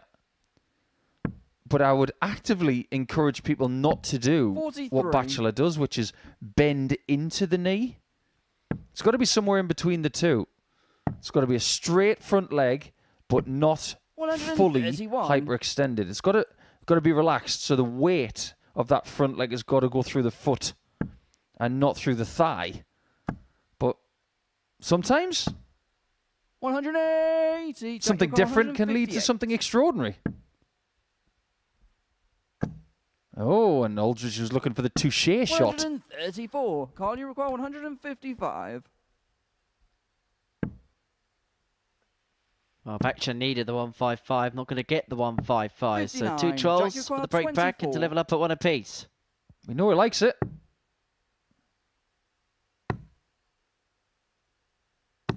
He does like it very much. Jack Aldridge. He looks so The comfortable. leg is Jack to throw first. Game on. So comfortable for somebody with a relative lack of experience at this level. There's a word that we can use 121. for people like Jack. Possibilities. Great technique. 97. Looks like he's got a really good temperament on him as well. And whatever he wants to do with this sport, it seems to be in the palm of his hand. 100. For some people, they might have the ambition of becoming a world champion, being a pro tour player, and it might be ability that stops them getting there. 100. That's not going to stop Jack. So what would? 57. And I think for someone of Jack's age, we don't know in terms of employment status, what he does day by day, whether if he was to take that next step, would he have to rethink that? Would he have to 92. rethink home life? There's a lot of factors in play for somebody that's slightly older and they begin to break through. This is not a new story. 57. There are hundreds, if not thousands, of players around the world who have the ability to be a pro tour player. The one thing that separates the people who have the ability to the people who 60. do it is sacrifice. Something has got to give for you to have that opportunity. It might be geographical, it might be 58. financial, it might be Carl, something to you've do got with family, 152. friends, children. In some cases, it might be everything that I've just mentioned. But if you want to be the best player you can ever be, you've got to sacrifice something. Sometimes it's got to be a case of when the time's right. 108. Look at Laura Turner, took a bit of time away, and now very much back. No score. Well, he's busted the score. That's incredible. Carl That is McGuire, 52. absolutely incredible. He's had two 57s that scored 114, and that doesn't go into 108. Game shot in the third leg. For that, puts Goal, Bachelor into a 2-1 lead.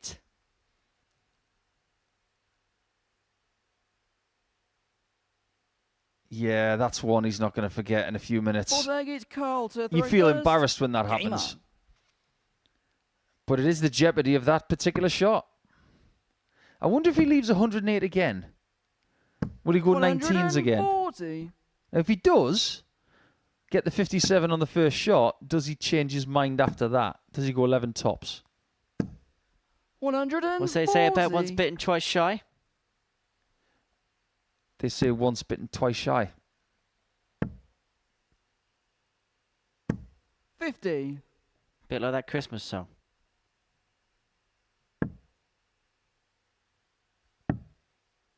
It was the first line in the second verse of Wham's Last 34. Christmas. Bit early for that, isn't it? It's July. In a few days. So you're not ready to step in just yet. 140. Give over, you. Just gotten over the heat wave. You're talking about avalanches. 55.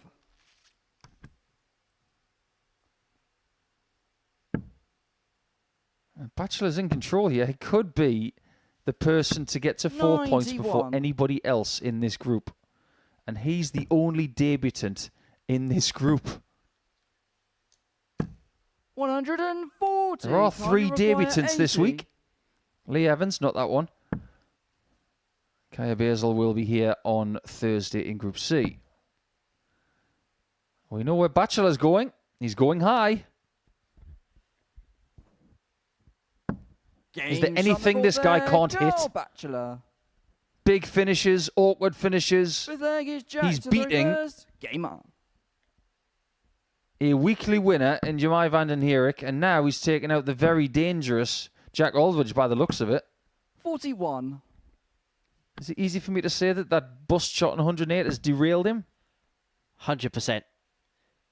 However, Bachelor in the previous leg did hold in 15, so 41. Aldrich would have had to have broken in 12 darts to have won that previous leg. What a shot that was. 93.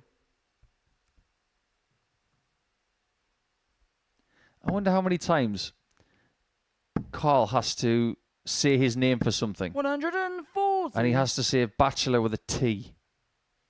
Because there are 2 ways of spelling his surname. I wonder how many people get his name wrong. 100. I'm speaking from experience. He's not getting much wrong here. This is really 140. good. It's better than his previous performance. And he's gunning 4 points. 100. Maybe in the next 60 seconds. Yes, Aldrich left himself with a 167, but Bachelor will expect 6 from here to get this wrapped up. 100. Leaves himself on a Jack 2 Yuko, darter. This is being 167. forced to go. It's not going to. So Bachelor again with a similar equation, exactly the same equation 95. as Carl, the you require previous leg. 80. Looking at 80 to wrap it up by 4-1 score. And just like the previous leg, has to navigate through some tungsten traffic. 40. But that Jack goes Yuko, high. 72. Survival time for Aldridge. Can he find tops? Game Beautiful shot on the dart. fifth leg, Jack And there's Aldridge. another thing we've just learned about Jack. Sixth leg is Carl to throw first. Game That on. ability to just find that double to ask the question, can you serve it out? Because if you can't, I've got you. 97.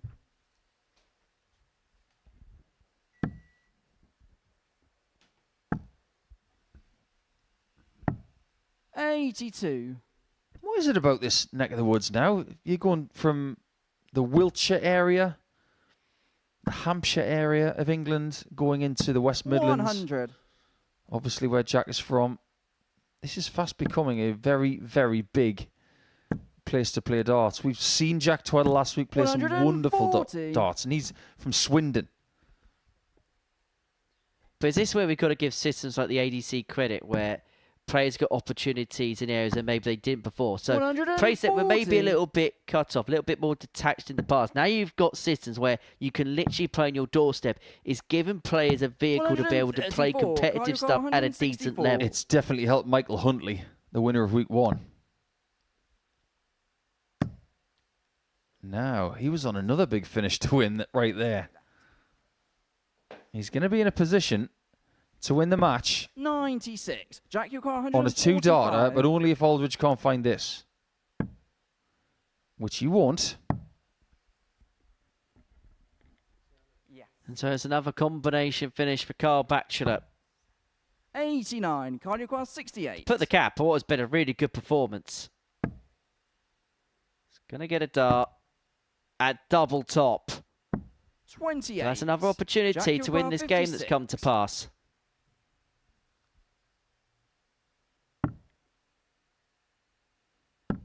Wonderful top setting from Aldridge, Jack and we do go the Aldridge. distance for the very first time today. 7th and final leg is Jack. There are 2 with the reasons why we first are going game into on. leg 7.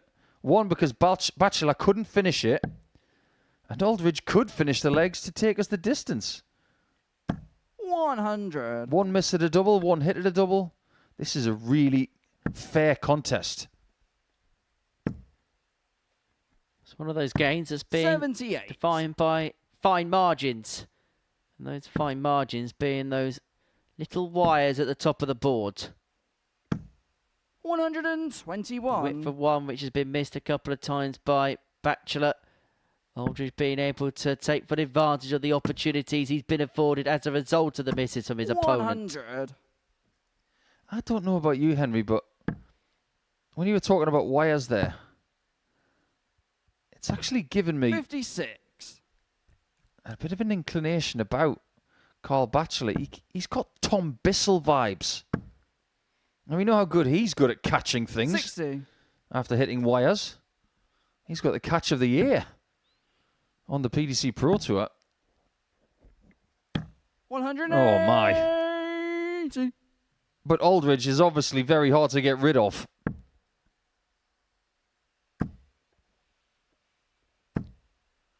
$81. Jack, you got What a recovery this has been. And not for the first time today have we seen a player come back from behind to Game rattle shot. off 3 And on the the match, spin to Jack win. And that's Aldridge. exactly what Jack Aldridge has done there.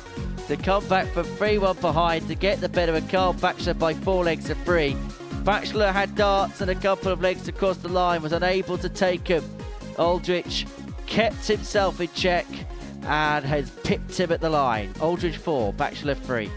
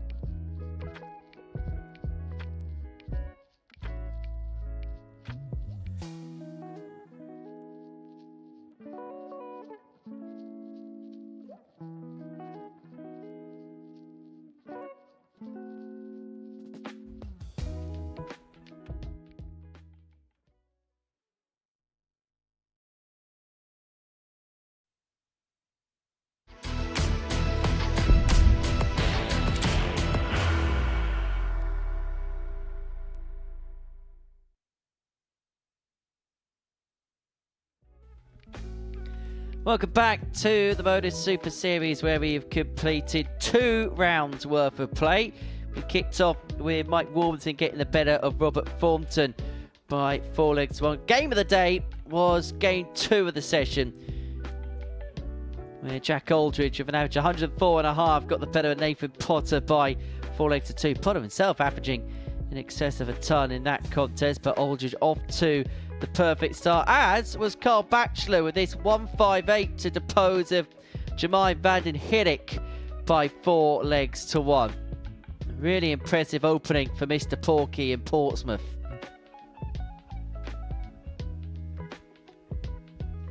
Then Nathan Potter responded with a 4-2 win over Mike Warburton. 13, 14, 14 his last 3 legs to cross the line there. And so Potter got himself off the mark in that one. Then we saw Van den Herik get the better of Thornton by 4 legs to 0. And then, following that lovely gesture, we saw before the break Jack Aldridge get his 2nd win of the day, getting the better of Carl Batchelor by 4 legs to 3. So it's Jack Aldridge then that has the early lead at the top of the Group A table. 4 points to his name following 2 rounds of fixtures, and that is how he did it. Those are results from the first 6 matches of the session, and we can confirm the table by having a look now. Jack Aldridge, the only player to have won both his games, Robert Thornton, the only player yet to win, and everybody else finding themselves on 2 points. So, to the halfway stage of the day, Mike Warburton and Jemai van den Herik, game 7 of the session. And for Warby, looking to respond following his defeat to Nathan Potter last time out. For Jemai, he'll be hoping that he's just beginning to put the wheels in motion, having got the better of Robert Thornton. It was more of a professional job done, really, by Jemai more than anything else. Thornton wasn't really at the races in that previous game, but did what he had to do. Average just underneath the 86 mark, was 50% in terms of his finishing. I get the sense that this could be a really good, solid game without it really hitting the mesmeric heights. You look at some of the numbers that we've had today from these gentlemen. Van den Herik seems to be living in that mid-80s range. Now, is that going to be good enough to beat Warburton 23. Today? Based on his performance in round 1, no. Based on his performance in round 2, you'd probably say yes. So you might be onto something, Henry. Mike will not want to have one of those days where he started well and it tails off for the next 3.5 to 4 hours. 60.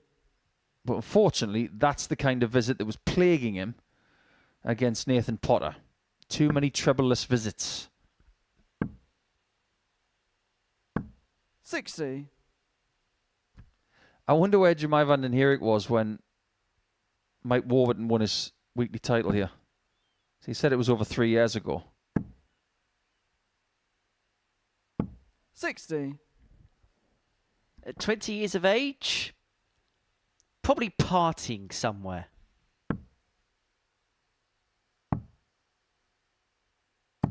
58. I think that's a question we should ask of certain players who've come into the Modus Super Series, maybe more in the last 18 months. Where were you when this first started? What were you doing with the sport? Because Jemai is someone that we've only really spoken about for just over a year. He was on nobody's radar until he had a ridiculous spell on the Challenge Tour. 58. He's almost doing what we expect of Jack Aldridge now.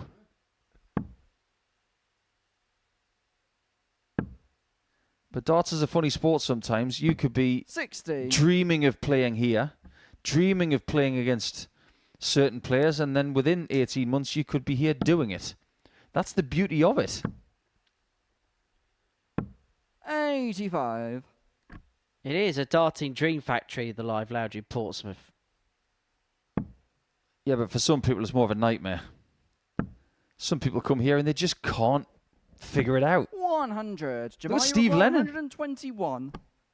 Who'd have thought in July, because it nearly is July, that he hasn't won a weekly title this year yet. And he's one of the strongest players in this entire system. Well, he's yet to qualify for finals night. Well, Mike is still giving that fly the evils.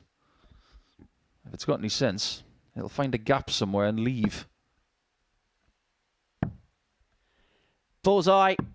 Excellent. On the first stage, Jemai Van den Absolutely excellent for Jemai Van den Hirik. The 1-2-1 goes, and he Second just leg is walks Jemai back to down go the first. hockey as if nothing has happened. Game on. It's almost as if Jemai got an assist there from Mike. Mike played pest control, and then all of a sudden, and then here goes the finisher. 100. Super shot. Well, there's plenty of flies on the stage, but there's only one pest that's annoying Mike Warburton right now, and that's Jemai Van den Hirik. 43.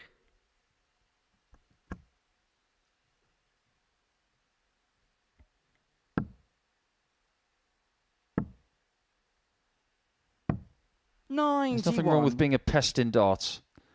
Sometimes you've just really got to upset your opponent by what you're doing on that dartboard. 140. Some people have got that reputation of being a bit pesky. Some players, you go up against them, you don't even know they're there. 100. Something tells me that Warburton's got the bit between his teeth in this game. 140. I think what happened towards the end of that game against Nathan Potter's given just a little bit of pep in his step. He's a bit fired up, isn't he? He's given it the full Alex Roy. 140. If you've never seen the footage of Alex Roy when he was waiting for Phil Taylor to take the stage in a PDC major, it was almost as if he was a boxer waiting for Taylor to take the ring. Jemai requires 70. And Warburton is doing an excellent Alex Roy impression in this game. For 2-0 lead. Double 16. Game shot in the second leg. Jemai So Van den far, Hirik. flawless on the outer ring. The 2 lady for Mike 2 to in that reverse. particular department. Game And Van den Hirik 2-0 to the good.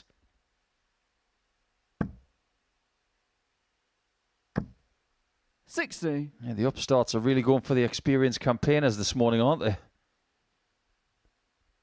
But is Jemai Van den Hirik just beginning to turn himself... I know what you mean in terms of relative age, but in terms of what he's 97. doing and what he's beginning to do, is he turning himself into somebody we look at and we say, he's got experience here, he's got experience there.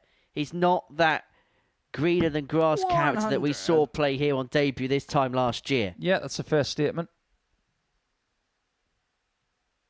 He does a lot of things right.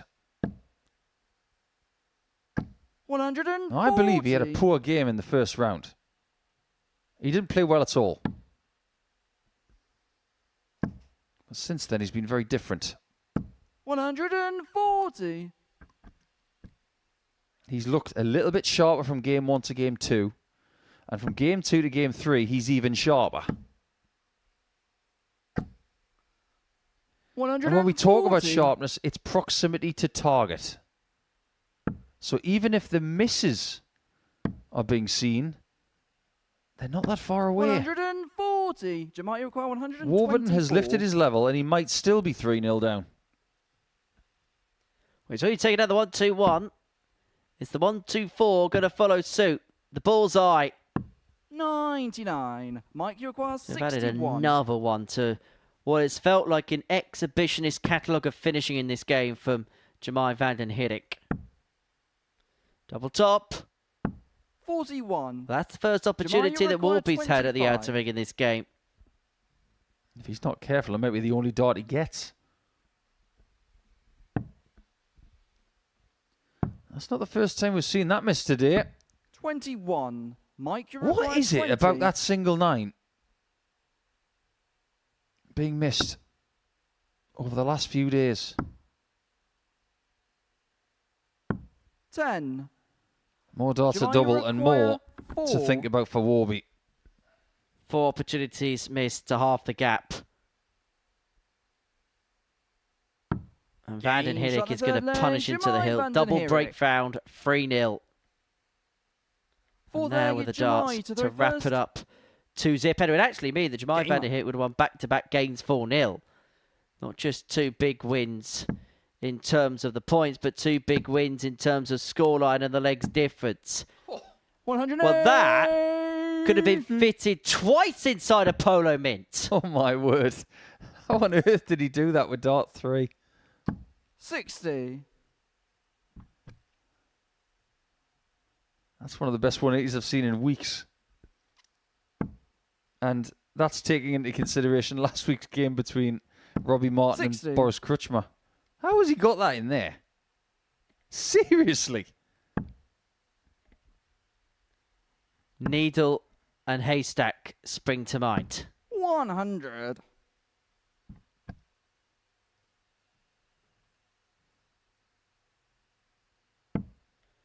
He's playing such a calm, composed match. And it is a match where he's been under pressure from his opponent, and he has responded brilliantly almost every time. 100. There's some players that play like Jemai has in this game, 121. averaging 95, 3 from 5 on the doubles, and they look like they're playing within themselves doing it. He's hardly broken a bead of sweat. 64. Didn't even think about it. The 51 did not come into play there because it was a premeditated action going for the 19s. 180. Now the pressure's on again. Van den Heerik's probably going to win 4-0. Well, Warburton is open, and that's a little bit more than a dead cat max. But Van den Heerik's finishing has been 37. sublime, but he's missed a couple of opportunities. The last time he hit a 20. He does get it. Very well done. Warburton. Fifth leg is Mike to Well, throw that's first. Game up. 2 times now that he's been on 61 and he has not found the 25. But if you think for one moment 100. that man right there is going to change his plan on 61, absolutely not. He's not going to think about treble 16 double 8 or treble 7 tops.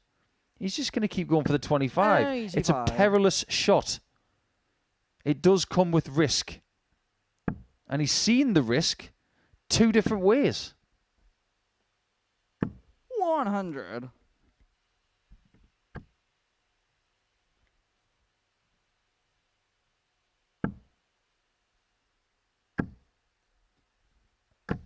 Well, barring that deflection, we both looked at one another after that first treble went in, and we both thought the same thing. That was a 180 if I've ever seen one. 100. Yeah, just a bit under-delivered. Admittedly with flights. What have you done? Well, there's one person who was afraid of it, and then one person who wasn't afraid to get rid of it. Whatever has intruded. See, nobody's allowed in the exclusion zone, no matter how many legs you've got. 121. Well, now, trying to bring this game to a close. Problem he's got is he's got 6 here from the 201 to reduce the gap back down to 3-2.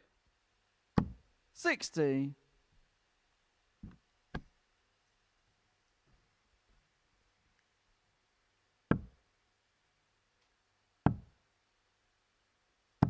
58. Just like the previous game, this is where this could change.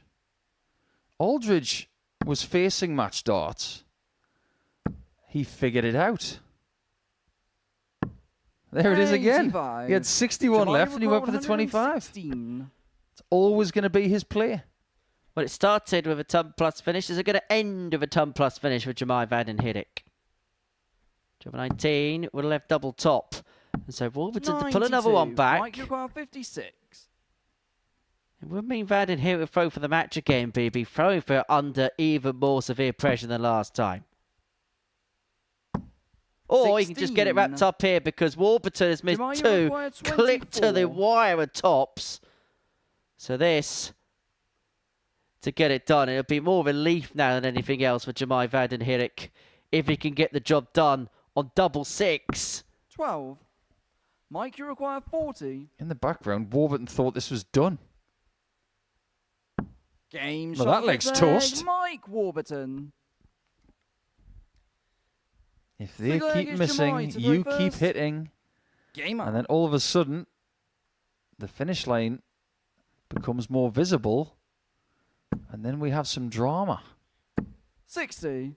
And Mike Warburton was hoping that that would happen. He was hoping that if he can just keep chipping away and chipping away at Jamai, there might be a sense of panic. We might have just seen that there. 140. These guys are both using molded flights. And they have been constructed for longevity. It's not 59. like the guys who use the folded kind, where they'll play one game and then they'll throw them in the crowd. Some people do that. But there's a distinct 100. difference between the flights of Warburton and Van den Herik. Mike's are pristine. These aren't. Look at them. They look like they've been through a salad spinner. 58. They are not pristine, and they should be. Look at them. Straight out of the packet. Wonderful. 60. This is a game of aerodynamics. You have a little bit of roughness in that flight. It's going to affect it.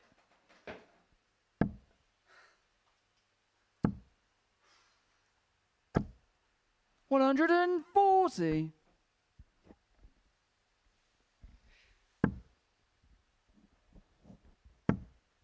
Should go for the bull, but he won't. 100. That's another player he just doesn't have in his arsenal.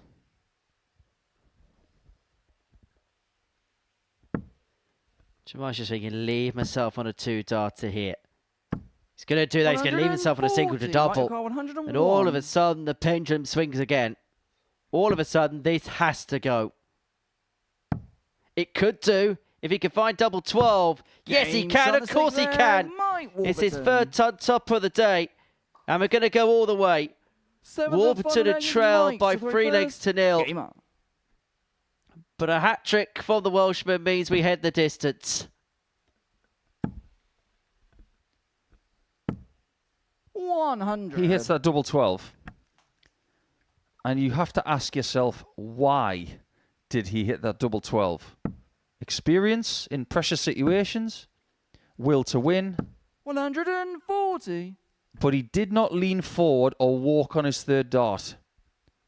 That dart goes in, he takes us to leg 7. If he breaks down in his 60. technique right there, he's going to miss that double 12 and he's probably going to lose 4-2. It just goes to show, doesn't it? With one dart in hand, you've got to throw it 91. in the same sort of position as you would your first. You can't lean into it. You can't walk into it. You've got to have that solid technique to be able to give that shot the best chance of being hit. 59.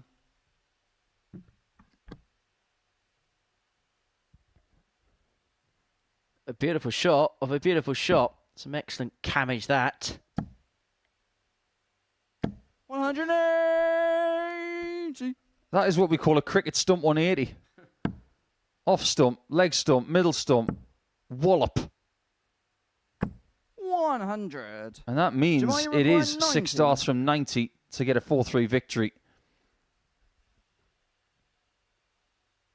Which means he can have a look at the 18s. Finds the treble to leave the double. He's going to split. Sensible play. 74. Really sensible play. He's going to come back for 3 in hand at double 8 when he comes back. Yeah, but that's also a sign of confidence, isn't it? Because think about what was left of the single 2. A possible 100. bust shot. Jamal, you require 16. Well, he was 3-0 up in this game.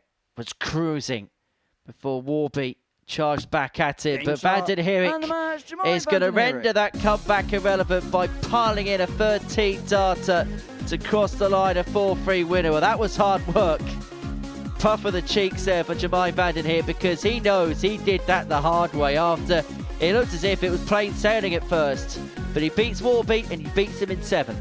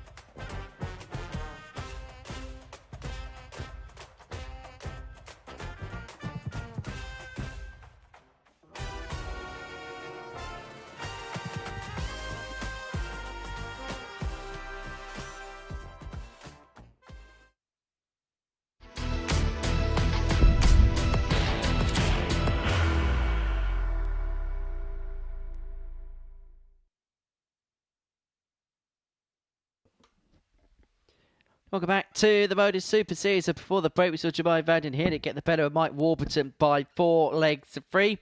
And so we reached game 8, we reached the halfway point of the session and a meeting between Carl Batchelor and Nathan Potter.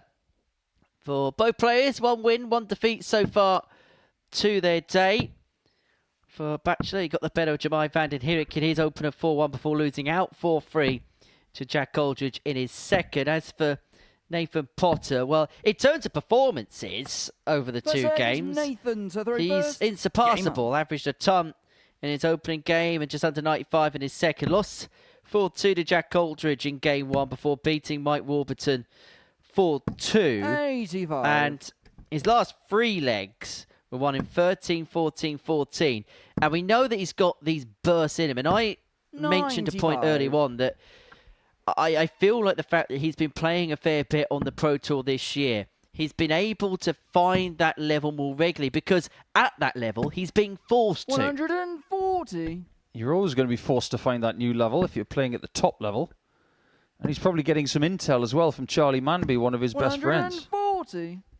Ah, yes, Cam and Owen 2.0 in terms of darting bromances. Cam Crabtree and Owen Bates. 60.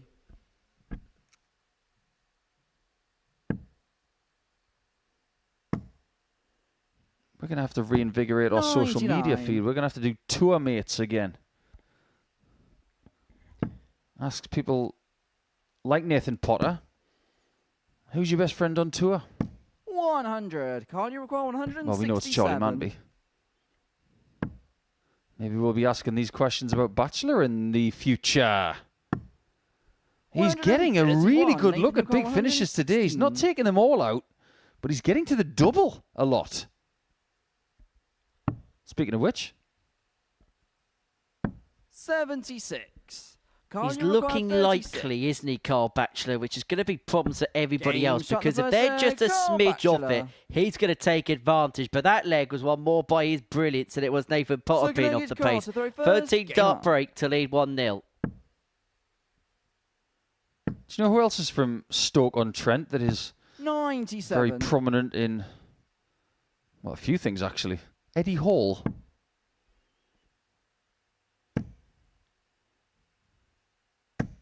$100. Very, very strong man indeed. Who was recently in the boxing ring with Tommy Fury. 100. There's definitely something about Batchelor. Our intel was very strong about his capabilities, and I've been impressed with him so far. 100. Well, I suppose if you can do it on a wet, cold Wednesday night in Stoke, you really can do it anywhere. 134. Yeah, but can he do it on a Monday morning in Portsmouth?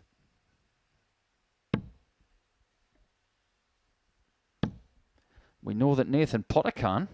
180. And there's a bit more evidence of it. Carl, you require 170. Batchelor was on a finish first, but it's Potter who could indeed equalise now. 92. Nathan, you require 121. 1-2-1. It's no longer on the cards, so Batchelor having a look at 78 to go 2-0 to the good. 43. Carl, you require Well, it's a 78. 13 darter in leg 1. Could be a 14/15 darter in leg 2. Game shot. This the second is leg, some Carl start. 28 darts, so Carl Batchelor moved 2-0 to the good. Nathan And Nathan Potter would have had to have won that leg in 12 darts or fewer. Fair to say this guy can definitely play, but the discipline 60. of Monday morning all the way to Saturday, can he negotiate that? That's going to be the question over the course of the entire week. You can have a really good few hours. 140. You can have a good day. But can you have a good week? Because I suppose the question will be that on Monday when it's your debut and it's all brand new, you've got that 100. natural enthusiasm and sometimes adrenaline will take you through. It's as the week develops, will you be able to keep replicating those same levels when things just become 59. a little bit closer towards reality? I think Robbie Martin's a really good example of that last week. We know the levels he can attain. 60. And after playing on Thursday, you thought, surely he's just going to cruise into Saturday. He did make Saturday, but he had a bad Friday. 126. This is not a bad first day for Carl. I think he's impressing a lot of people around the world. 80. Well, that was a rather fortuitous ricochet.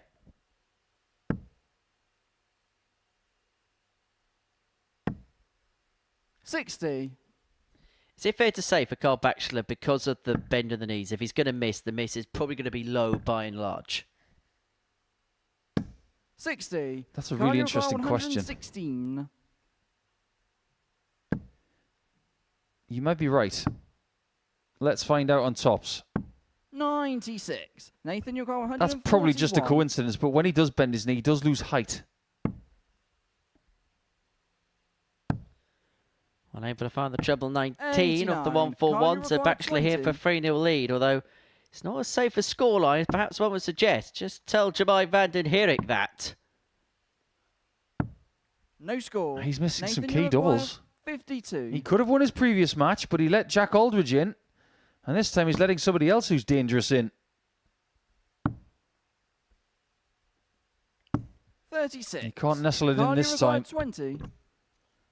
Batchelor is fortunate that he's going back to tens. Game shot in the third leg. Carl Batchelor. Which he finds to get the double break and lead 3-0. And I suppose the other point as well is when you, in terms of format, effectively, for the most part, half the distance, half the course of what we play here at the Super Series. So he's probably used to having those two-leg bursts and then getting the game won. 100. But when you're doubling that distance, you've got to play at the same level for twice the amount of time. It's the way it should be, though. If you're playing locally, you might just get 55. one leg of darts. You might get best of 3. You play ADC darts in vaults and other competitions. You get used to that longer 78. format. And if you have aspirations of going to the Challenge Tour and onto the Pro Tour, you've got to play longer formats still. And that's where you find out where you stand. 100. You test yourself initially at short formats, and as they get longer, you are tested again. The ultimate in this sport 60. is to be tested at match play darts over best of 31 and more. That's where we find the elite players. People like your Littlers, your Humphreys, 100. your Van Gerwens. Look at them all at best of 31 or more. If you can't play that format, 45. you are not going to win majors.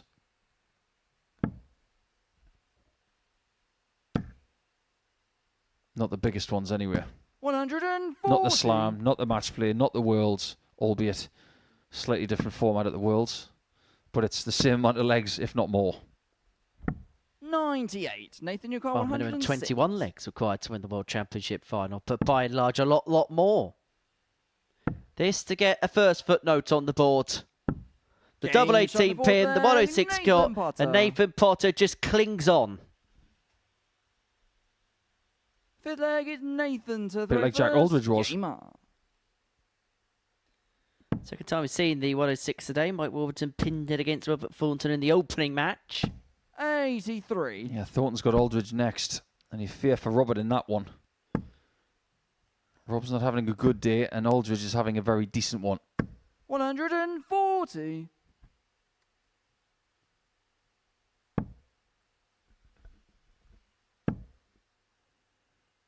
I'm intrigued, Henry, 100. by some of these young stars like Nathan, like Charlie Manby, our former champion here.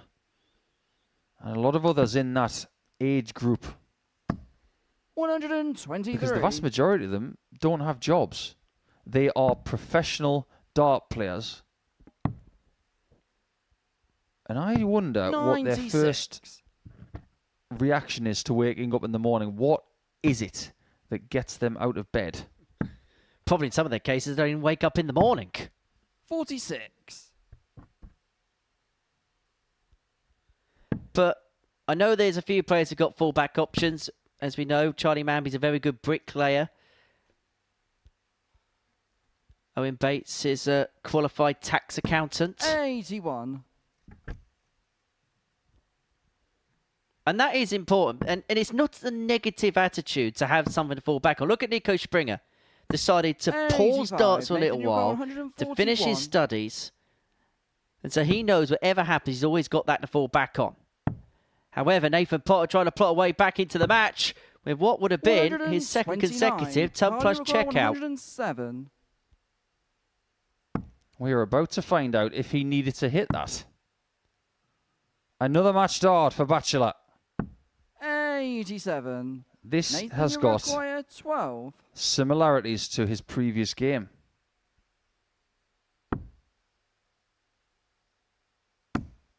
Don't let him in, Nathan. Very well Game done, shot and it is and very good similar to leg, the Aldridge Nathan game Potter. because Bachelor had a shot Stick and leg is only caught one for shot first. Game to out. take it out, and then all of a sudden he had another shot. He didn't take it out, and then Aldridge had the darts and beat him by 4 legs to 140. 3.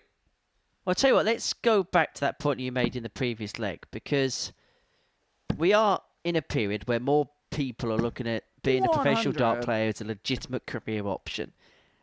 Now, as you know, I work in another sport in football. I spent time studying academy cultures and stuff like that for dissertation. 134.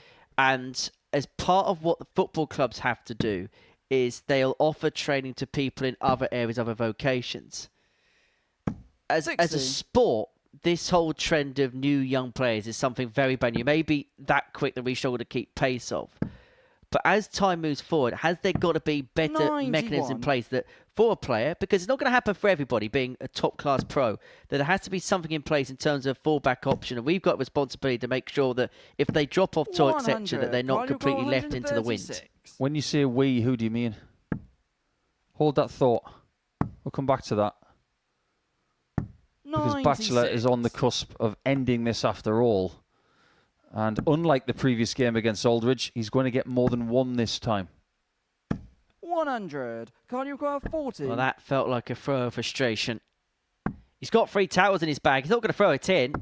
Game shot. But And the Bachelor match, go has Bachelor. landed the final fatal blow in that particular contest. Mr. Porky gets his second set of points on this Monday. And a really good performance, average just under the 95 mark, 4 from 10 in terms of the doubling. Potter threatened the comeback from 3-0 back to 3-2, but Bachelor just had too much in the end, running out a 4-2 winner.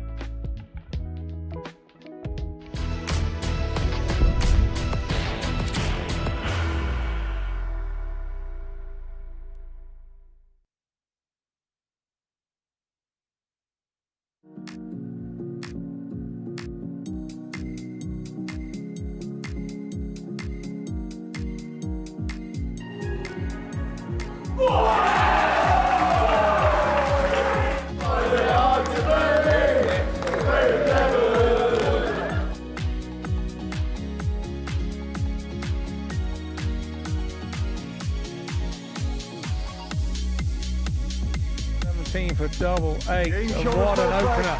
Coming up.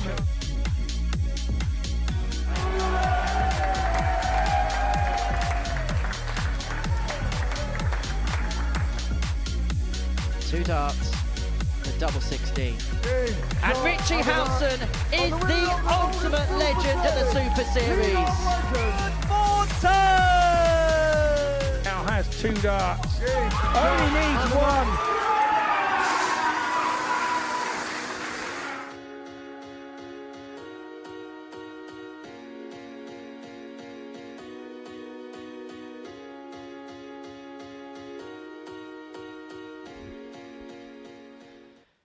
Champions Week is almost upon us, and that young man, Archie Self, is looking to emulate Luke Littler as a teenage champion here. Champions Night is on Saturday, the 25th of July, and the darts is live here on Pluto TV. Of course, as ever, always live, always free here on Pluto TV. And I believe tickets are still available for Champions Night on the 25th of July. It's a blockbuster evening. Always a highlight of the darting year when Champions Night is upon us. And you look at the lineup that's already there, and you get the sense, even though we only know 9 of the 12, that the 6 that will make it through to the Champions Night are going to give us quite the evening. Look, Derek Coulson will go off favourite, of course, to try and get that elusive Champions Week win. But boys, Kirchmar showed on Saturday that there's plenty of contenders that are looking to try and dethrone DC. Game 9 for us is Jack Aldridge and Robert Thornton. Aldridge, the only player with a perfect record so far in this group. Played 2-1-2. Game on. And will be a hefty favourite to get the better of Robert Thornton here, who unfortunately so far hasn't really been able to get going. Yeah, the numbers tell you the story. And if the same happens again, Aldridge is not going to look back, because he really has been playing very impressive stuff today. This is the last game of round 3. 100. Aldridge has won 2 different ways, and neither of them have been easy. 100. If you're not impressed with the way that man plays, then ask yourself a very, very stiff question. What are you waiting for? 60. He's really impressive. More to the point, if you don't enjoy this, then this is not the sport for you. This is not your sport. 140. He's making scoring look simple in this first leg, when in fact it is anything but simple. 95. Jack, you require 81. 82 after 9 and making it look rather elementary. Double 12. Game shot. 11 dart breaker Jack throw Aldridge. without breaking a bead of sweat. Coming into this game, Jack Aldridge was averaging just a shade over 99 for the session. We saw last week, didn't we? Some ridiculous numbers. And the week before, some ridiculous numbers. Average 104.5 against Nathan Potter in game 1. Then 92.18 against Cole Batchelor in his second match. He 60. is an elite operator. We saw that at Q-School. We've seen bits of it on the Challenge Tour. Acquitted himself very well last time he was here. 140. If I remember rightly, he was the player that Lee Evans hit the 9. Lee Evans from England, not the Lee Evans from Wales we're going to see later in the week. I'm sure that Jack Aldridge was the player that Lee Evans hit the 9 darter against on that Saturday night, if memory serves me correct. Indeed it was. 100. Do you like answering your own questions? Yes, you do. I sometimes forget that I get people in my ear feeding me information. 85. Basically said that's the kind of level that it takes to take Jack out right now, the way he's playing. Because he's making that treble 20 look like the size of a barn door. 140.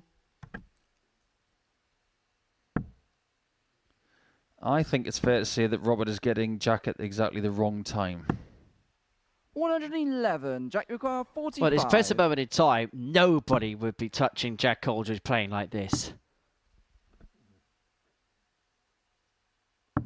Game shot. 11 data leg 1, 15 data leg 2. Aldridge 2-0 to the good. In the space of 2 minutes and 34 seconds, the record for quickest match time, 5 minutes 31. Shane McGurk against Danny Van Tripe this time last year. He is not going to break that record. I know we've seen a lot of records broken in the last few weeks, but he's not going to break that one. Are you sure? 57. I was pretty confident that 9 180s in a game was going to be broken at some point. I didn't think they'd get to 11 before they got to 10. 180. Don't discount Robert. He comes with his own saying, never put Robert in the corner. 180. But then again, Aldridge says, I'll have a bit of that as well. 100. I do get the feeling, though, knowing Robert for a very long time, that when Aldridge is hitting him with this kind of stuff, he'll be inspired by it. 121. Some people Robert, say, oh, you're playing so 161. well. Why are you doing it against me? Robert will be inspired by it. He's one of them, Robert, that just loves the heat of battle. And that is what brings the best out of him. Jack, you require 140. That's probably why we saw some of his best performances on the big stages, when he really was put under pressure.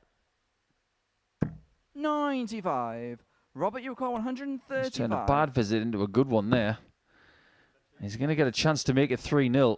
His doubling so far has been wonderful. 2 hits from 3. 95. Jack, you require 48. Double 16.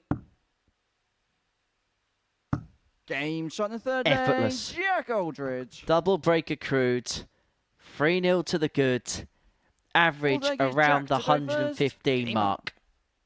I want to know where this guy's been for the last few years. You don't get this good overnight. You don't. It's impossible. 58. You don't wake up one day and say, oh, I think I'll be a world-class dart player. I think I'll throw 41 darts for 3 legs against one of the world's best ever players. 46. This has been brewing for a while. It's only just starting to come to fruition. 96. Be prepared to get very excited indeed about Jack Aldridge, because I think we all are already. 58. It's not just the standard, it's the temperament as well. Look at the grey areas of this sport. Look at the reactions to the bad darts. Look at the reactions to the good ones. It's all very tepid. It's the kind of stuff you get from great players like Ryan Searle. 66. Not everybody has to be a wham bam thank you ma'am kind of player. Every now and again you need someone like this. 140. As Dan Webster would say, cool as a cucumber. I didn't know he was from 70. Yorkshire. Jack, you require 107. Just another one of Henry Deacon's famous non-accents. 86 left, 86 left, shall I say? Give me T back in, 718, double 16. Unable to get, but he's got plenty of time 51. on side. It doesn't get any easier for Robert. He's got Nathan 66. Potter and Carl Jack, Batchelor you to come after require this. 56. And when I say after this, it might be exactly after this. Because it's tops of the win. And a commanding win. 46. Well, it's going to Kai Bosch's average, if anything else. You should have saved that one for Mr. Basil later in the week. 44. Jack, you require 10. I would, but I'm not here. As Aldridge looks at double 5 to Game wrap shot it up and for the Zip. match, Jack Set his Aldridge. stall out right from the get-go, did Jack Aldridge. An 11 darter to get things started. Back-to-back 15s, put him 3-0 to the good. The average in the end, 100.2, his second ton topper of the day. He beats Robert Thornton comprehensively by 4 legs to 0.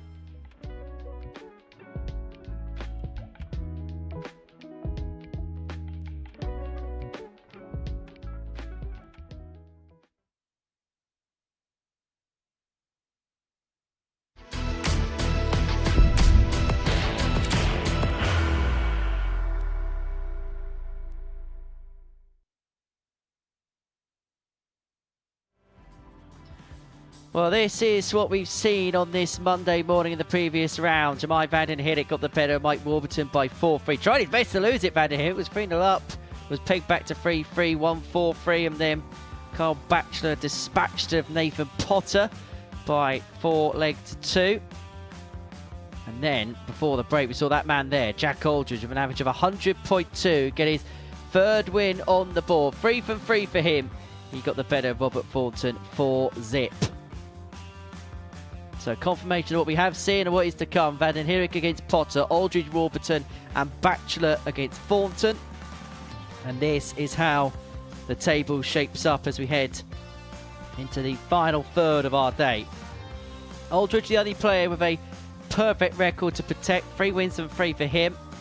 Carl Batchelor and Jemai van den Herik, they won 2 out of their 3 matches. Mike Warburton, Nathan Potter on 2 points, with Robert Thornton the only player yet to pick up a win in this Group A. Well, this meeting may well be a glimpse into the future as Nathan Potter and Jemai van den Herik go toe-to-toe, go head-to-head here at the Live Lounge in Port. So these two played at the previous Champions Week here at the Live Lounge in Port. So both making their debuts at Champions Week, but they haven't met in this building before because they were in different groups. Van den Herik was in Group B, Nathan Potter dropped from Group A to Group C, but they have met a couple of times on the Challenge Tour over the course of the last 12 months. And Jemai van den Herik has lost out to Nathan Potter on both occasions, both coming in last 32s. In October last year in Dev Tour 22, 60. And then in February this year in Dev Tour 2, Nathan Potter on both occasions ran out a 4-3 winner. And we can speculate, can't we, that we're going to see these two go at it at the highest level. But we were saying that about Luke Humphreys and Dimitri van den Berg a few years ago.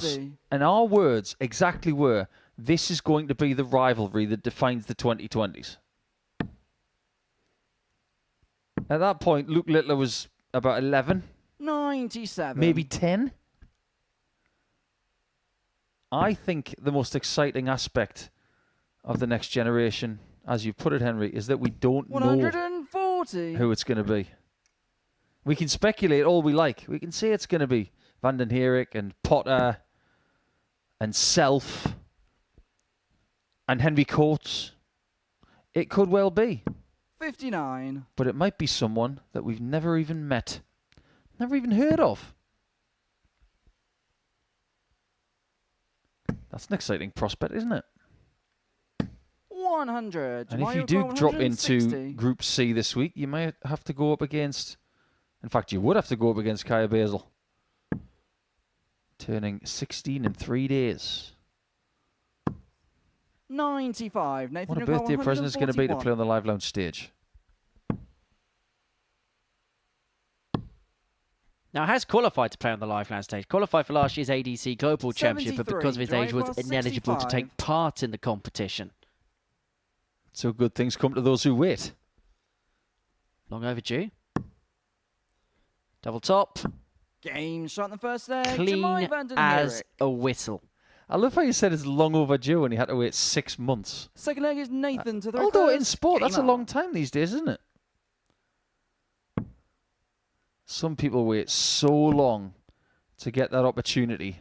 Look at Matthew Dennant at Palace. And by the time he made the walk-on, he was close to tears. 60. That's how much it means to fulfill the darting dreams. Never, ever forget just how hard it is for some to get to where they want to be. Never, ever take it for 60. granted. And sometimes when it takes you so long to climb the mountain, the reward that's consequential of it just feels so much bigger, doesn't it? Well, it does. Look at Michael Smith when he won the Grand Slam. How long he had waited for that moment 46. when people said he couldn't do this, he couldn't do that, he's never going to do this, he's never going to do that. And then he climbed that mountain, which at a point he must have thought he was never going to reach the summit of. 97. And now his thought process is very different. That final against Bo Greaves on the Pro Tour this year. 43. He lost it by the finest of margins, and you never know when it could be your last final. And you never know if it's going to happen. And I know that he's going to be okay with me saying this, but you look at somebody like Jared Cole, 60. for example, who at the age of 17, 18, 19, 20, 21, 22, we all said when he's going to get his tour card, not if. But that when never happened. It doesn't always happen. 100. Doesn't always transpire the way you think it's going to.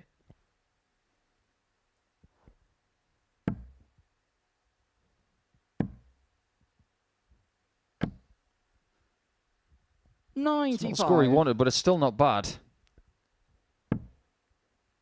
He's had the measure of Potter so far today, as have quite a few people. 98. Jemai, you require 91. I think they're targeting him because they know how dangerous he is.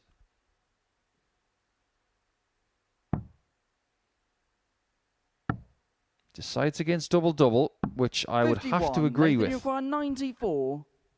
There is a line as to when you go double-double. Oh, love it. Love it. Double 11. 83. Total genius Jemai, on the you require approach. He just 40. didn't get the execution for the shot. But it's great to see that. Great use of the dartboard. Perfect guide. Oh, double 10. 30.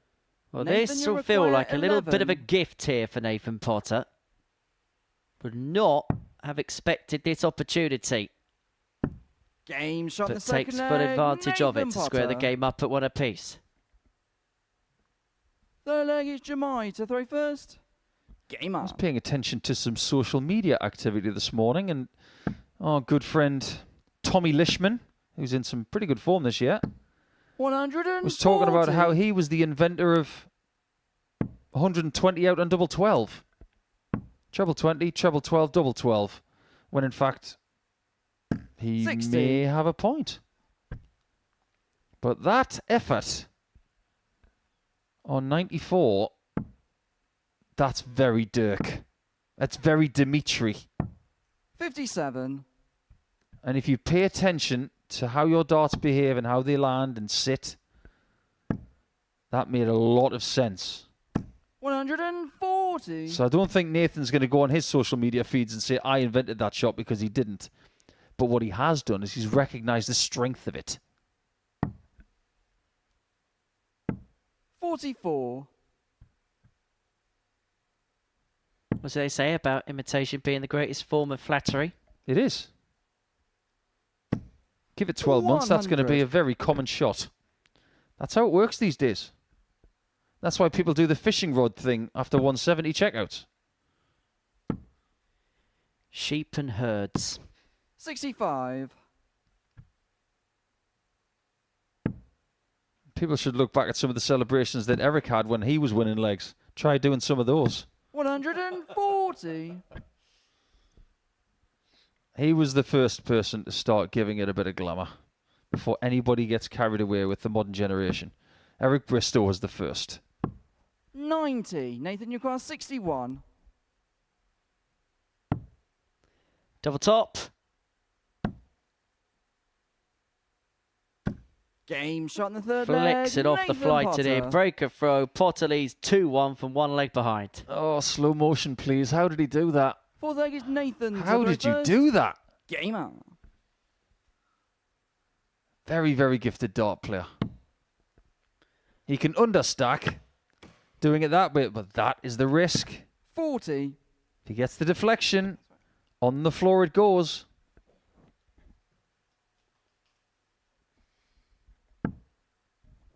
That is a 180 if I've ever seen one.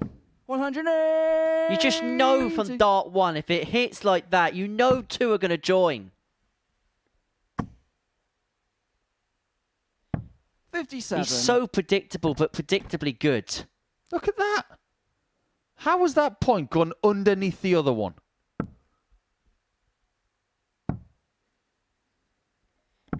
You can fashion an 41. angle out of nothing.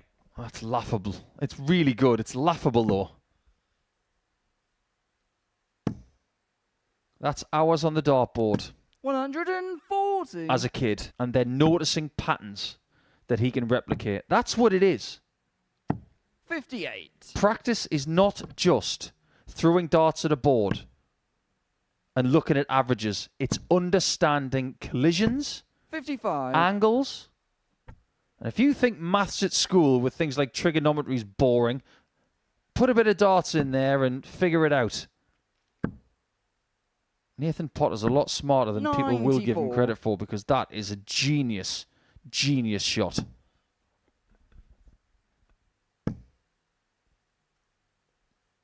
$60. Jamal, you require 128. Look at the 18s first. Try and bring this game back to 2 apiece. 2 for 20 for the ball. Unable to get. So Potter here looking at 149 to 149. open up a bit of daylight. Able to oblige. Vanden Hierich 95. Jamal, you will be require hoping 65. for a couple at double top. Just don't hit the ball. Now you want to hit the ball. 40. Notice how he didn't even move, Nathan, you require 54. even though the ball was blocked. That's how he delivers his darts. It's got to happen again. And of course he does it again. Nathan Potter. Repeated ridiculous darts from Nathan Potter. Jamal to throw first. That's outstanding. Gamer. He's an understacking assassin.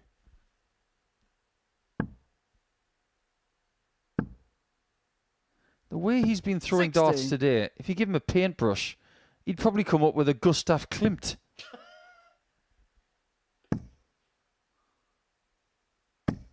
$100. You might have to explain to 1 or 2 of our viewers who he is. Gustav Klimt is one of Austria's most preeminent painters. He's very, very famous. Especially for something called the kiss. 100. That's not a kiss. That's just his interest in your story. It's not very nice. 41. He also painted contentment. And I don't think Nathan is content yet. But he could be. But at the minute he's looking at the roof, looking for inspiration. Yeah, you won't find much up there, pal. 100.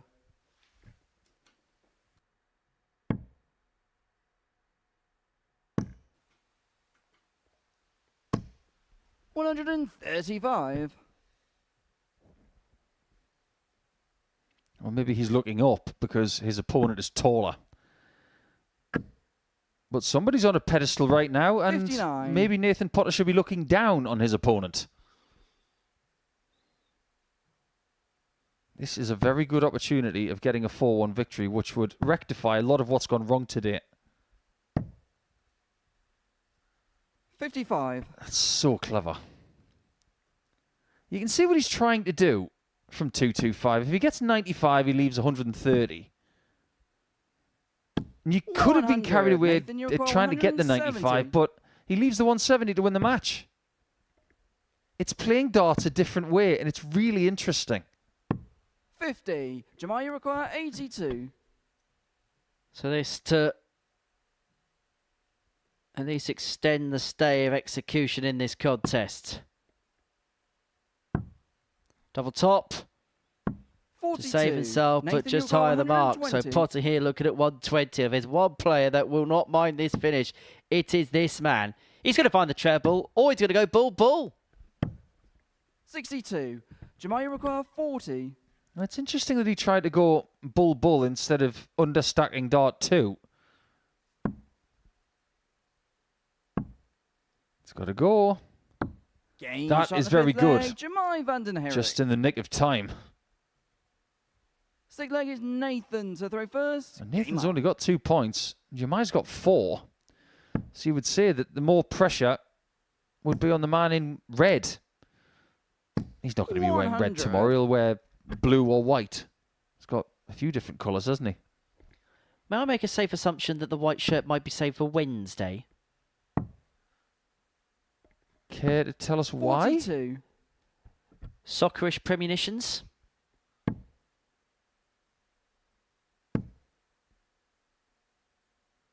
$100. We haven't had a dart player from DR Congo yet, have we? We've had one from Botswana. We've had Kenya, South Africa. 58. South Africa out last night at the hands of Canada. But England are doing very well in this game. 125. And by the time we play tomorrow, the Netherlands might be out of the World Cup. They've got Morocco in the early hours tomorrow. Yeah, Jemai might be having a really early night or a really early morning. 57. Mind you, there might be some red eyes on some English-based players next week if England were to play at 1 o'clock Sunday going into 56. Monday.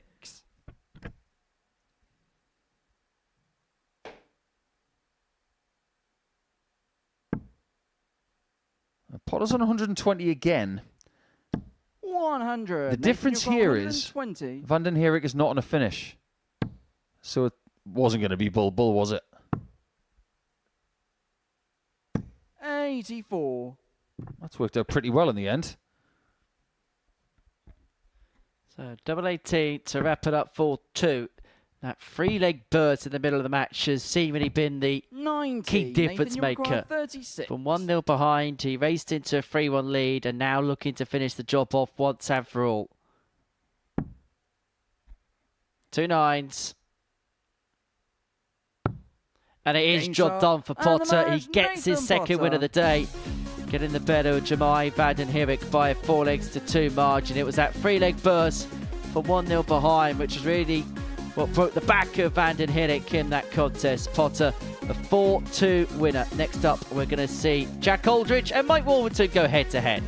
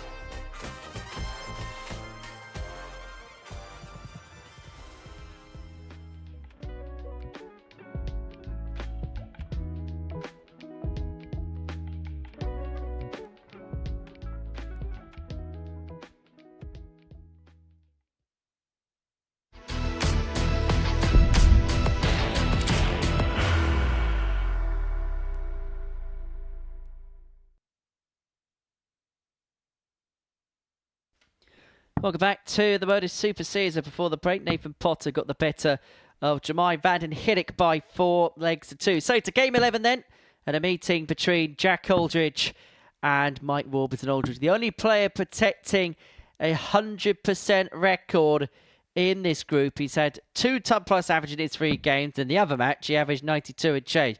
It has been impressive stuff from the Tipton man. He's been in tip-top form. Taking on Mike Warburton, who won the opening game of the session against Robert Thornton, but that is as good as it's got really for Warby up to press. Lost 4-2 to Nathan Potter despite leading that game by 2 legs to 1, and then before the break trailed Jemai van den Hidek by 3 legs to 0. Pulled it back all the way to a last leg decider before van den Hidek got over the line with a 13 dart to the seal of 4-3 win. For Aldridge, it's just been from first dart onwards 91. an absolute odds-on, particularly in the scoring stakes, where it's felt like every single time he's found a treble with dart 1, at least one tends to follow. Yeah, this has been a really good first day of the week so far. He's setting his stall out, and we're expecting brilliance from here on out. 96. You were mentioning earlier that he's had a really decent Challenge Tour season. He hasn't won yet. In fact, he hasn't been to a final yet. But a semi-final and 3 quarter-finals is the epitome of steady. 60. But you do get the feeling there's more to come. 96. But didn't we say that about Mike on the Challenge Tour a few seasons ago? It hasn't seemed to work out there. All of his success seemed to come either here or in the WDF circuit.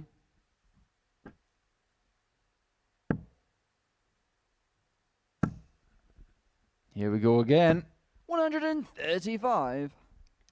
But it's also an argument as well, isn't there? Different horses for different courses. And I think Warby's shown over the last, 8-9 years, he's very much a stage player. 45. Jack, He's just got this presence, which I'm not so sure when you're in a cubicle on the floor, you're able to admit as much. It's the ball. 58. That was right on line, just a bit too high. Seen this today from this man. 100. After dart 2, he was doing his best Grumpy Cat impression. He might be feeling more grumpy in a second. 1. Oh, not this time. Mike, you require Right 56. on the wire. Just like the bull shot, not far away. Everything's surrounded without finding the targets. Game And shot he's in the been first duly leg, punished Mike for Warburton. 3 missed opportunities to get leg 1 done. Warburton breaks. Second leg is Mike to throw first. Gamer. Loves his music, does Mike Warburton. What's he into? Do you know who his favourite band is? It's actually Coldplay. Genuinely, his favourite band is Coldplay. 60. He's actually been to see Coldplay live. It's a really good way to play darts. Play cold.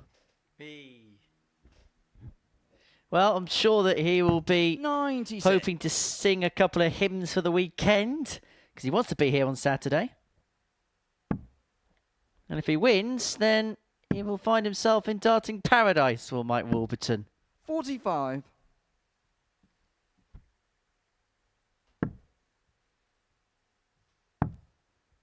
That brings up an interesting subject, actually, 57. because what does he actually want to do moving forward? We're going to have to get to the bottom of this. We know he's got a family life, and things are busy, but with someone of his ability, I just wonder, what is the ambition now? We know what the ambition has been, but what is the ambition now? Because sometimes that changes as time goes on. Time moves on, life moves on. 60. Things change all the time. Which goes back to that previous point we were mentioning about players coming through, because we've seen for Harry Ward, for example, 140. who was flying on the Pro Tour and then decided, you know what, this ain't for me. I'm going to hand my card in at the end of the year. When he was winning Players' Championships, qualifying for the World Championship, qualifying for big TV majors, the World Series finals. 60. Life is so interchangeable, and you just never quite know what's around the corner next. Yeah, life is full of junctions. 95. And at every junction, there's a decision to be made.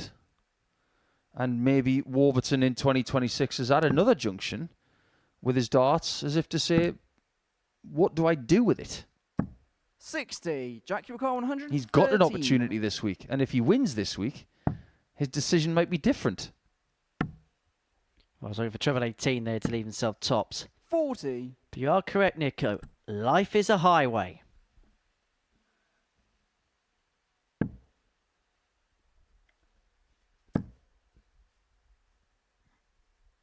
$140. Jack, you require 73. An opportunity to equalise. Could have been a little bit smaller than this. 57. And now Warburton Mike, gets you his require chance to double the lead 76. after a really good approach. Is this going to be the second straight leg where Warburton pinches Aldridge's pocket? 56. Jack, you That require would have 16. felt like a mugging for Aldridge if that went. Double 4. Game Oh, shot who's the mug second now? leg, Jack Aldridge. I don't think Aldridge is going to be feeling too confident after that leg. He's only just Third got leg it is in the Jack to throw bag. first. Game on. Very much what we'd call doing it the hard way so far. Scoring, not an issue. 78. How many people do you know have 5 games in a day and they have 5 similar performances? I can think of 2 or 3 different occasions where someone has dominated so much 60. that it's been almost academic by the end of the day. Tyler Thorpe, Derek Coulson on many occasions. Wesley 81. Plazier. He loves a Group A. Yeah, but we haven't seen him play good darts for about 7 months. No, and it's very likely we're probably going to see him back here in 100. 2027. Feels weird saying those words, 2027. Wow. But it's hardly like we're going to see him here. There's a lot of names that a few years ago you would have described as big hitters who look like they're going to be heading 76. back down here come next year. I mean, players that have done great things here. They've picked up big titles. They've won weekly titles. In some cases, players that have won 140. Champions Weeks in the not too distant past.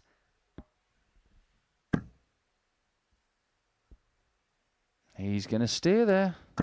121. And that was the risk of staying there. Maybe he was better off switching with 2 darts at the bottom of the treble 20.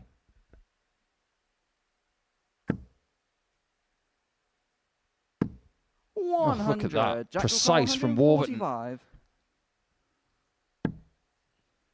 Is it enough? We're about to find out. 129. Mike Hooker, 101. I've already seen him take out the 101 today. Is it going to be a case of rinse and repeat for Warby? Treble 19 for double 12. Took it out this way. Against Jemai van den 69. Hiddick. Jack, you require 16. But he's got to hope that Aldridge fluffs his lines again on double 8. He's not going to. Jack And Aldridge. from 1-0 down, Aldridge has a 2-1 advantage. Well, there goes Do you know the Mike to benefit throw of playing the first. way that Game Jack does? He doesn't spend too much energy, both mentally and physically. If you're a bubbly character on. and you like to play... 100. Let's use the example of Johan Brouwer from the Netherlands. Plays like a jack-in-a-box. That uses up energy. 100. You play the way that Jack does. When you need that little extra burst of something to keep your concentration, it's there. 180. 180 apiece at the beginning of leg 4. Now, I actually spent a little bit of time with Johan about a week and a half ago. 46. And he said to me, expect a spectacle. And to be fair to him, he did provide a spectacle. It was rather entertaining. even if I thought Jensen Walker was about to lose 100. it. He's not a shrinking violet, is he?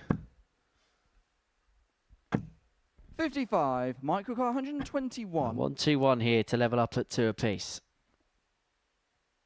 He's got plenty of time. Doesn't have to chase the bullseye if he doesn't want to. Don't go bull here. Whatever you do not go bull here. Duh. The reason you don't do that 113. is because you corner yourself. Now, he nearly found himself on double 1 right there. He nearly hit the treble 3.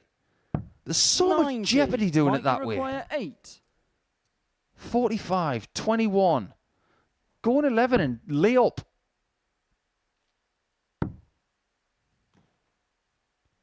This is now a really, really big dart.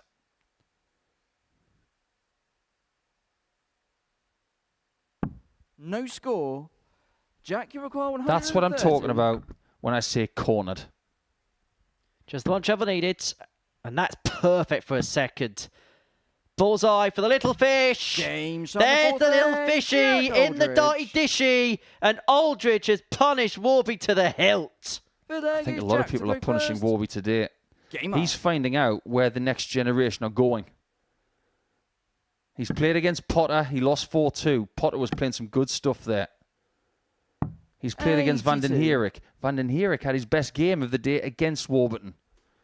And now Aldridge is doing something that has got Warby's attention as well. In particular, 100. that biggest finish of the match so far. Well, you think about it, Mike Warburton has played against pretty much the next generation that's come through here. He's played Luke Littler in the past, Jan van Veen. 41. Some CV of players you can say he's played up against once he hangs the darts up, which I could tell you is going to be a long time coming. Yeah, but they've played him too. That's also very true. 95. Look at that. Completing the dart, then walking after it. Such a good habit to get into. 96. Don't walk into your third dart and see what happens.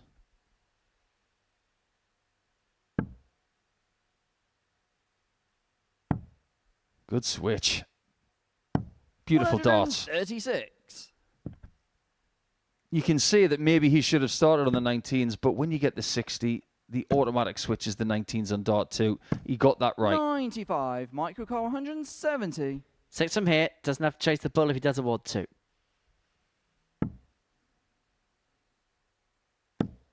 He's looking for the bait shot. He's not going to go for the bull. 98.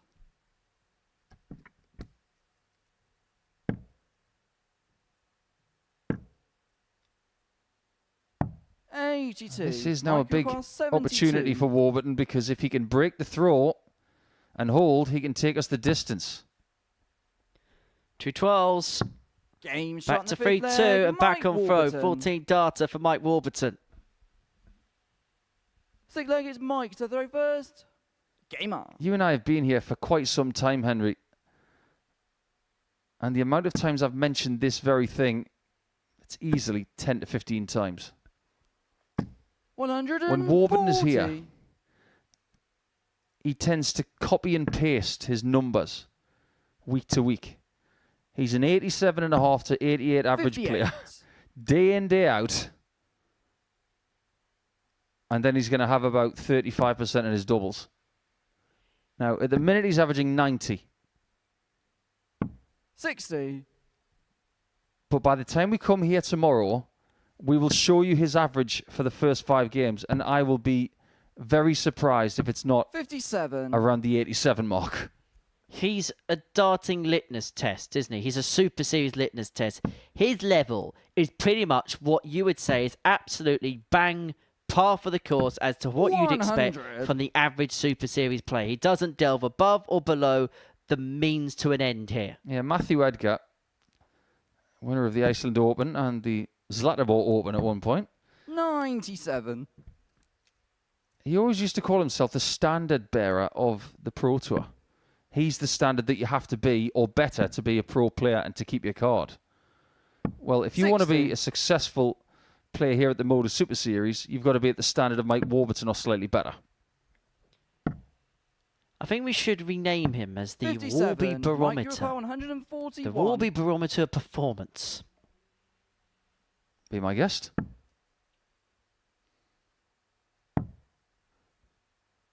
He's on it.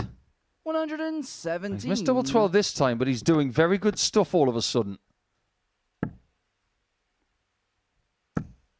And Aldridge has just been a little bit off the boil in the last 5 minutes. 123. Mike, you require 24. How many games today have we seen have a dramatic mood swing? Game shot in the sixth leg. Mike Because Aldridge led Warburton. 3-1 and all of a sudden has been pegged back to a last leg Seventh decider. and final leg is Jack to throw We've first. seen Game Mike up. Warburton spurn a lead against Nathan Potter by winning 3 on the spin. We saw in Mike Warburton's previous game, he trailed 3-0 against Jemai van der Heer. Took it all the way, but was unable to 135. win the last leg. Similar situation here against Jack Aldridge. He can't keep going to the well, though, and expect to get the results coming back from behind. 60. Yeah, if you keep going back to the well, it's going to be dry at some point. But if you keep digging, 140. there may be something there. And this is the kind of leg you need when it's a last leg decider. You've got the darts, treble visits are a must, but if you can muster up 140. two treble visits to start, you put your opponent under pressure. 81. Ouch.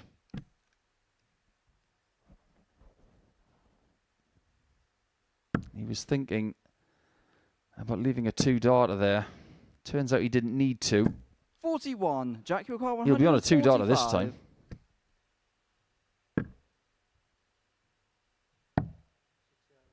Yeah. 68 left. That's really interesting, isn't it? That's the second time he's 89. done that today. Where he's at 125 with 2 darts left in hand, and he's gone for treble 19 instead of the bull. 140. Jack, you require 56. Stave off. Mike Warburton eventually. Double top it is for Jack Aldridge. Game And shot. double top is got, and that's a Jack 14 darter Aldridge. to wrap it up. He had to do it the hard way.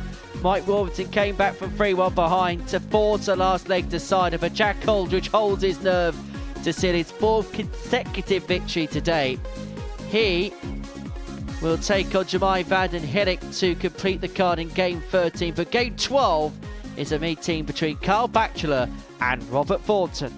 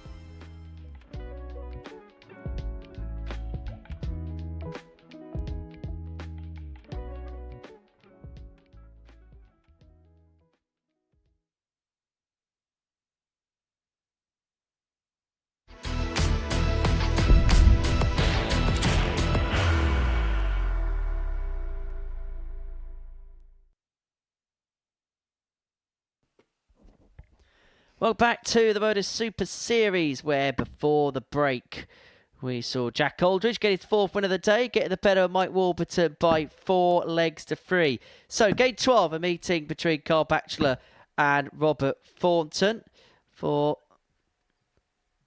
Robert, still looking to get that first win on the board. As for Batchelor, well, it's been a steady enough day. 2 wins and 3 so far. Wins this one, then he'll move on to 6 points. And he'll find himself a couple behind Jack Aldridge, who plays Jemai van den Herik in game 13 to try and complete the card. And it's fair to say that you've been very impressed with what you've seen from Carl so far on this Monday. You've got to be open-minded when it comes to debutants, because even if they come in off the back of positive comments from other people, you don't know how people are going to react up there. 120. But getting a win out of the gate, I think that's helped him immeasurably.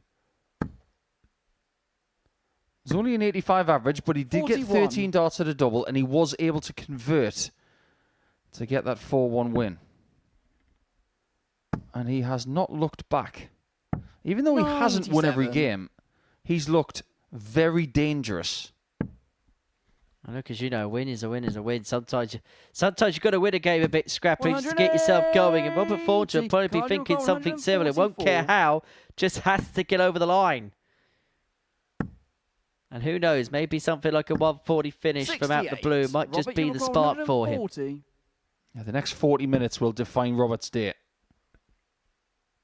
Playing 2 of the next 3 games.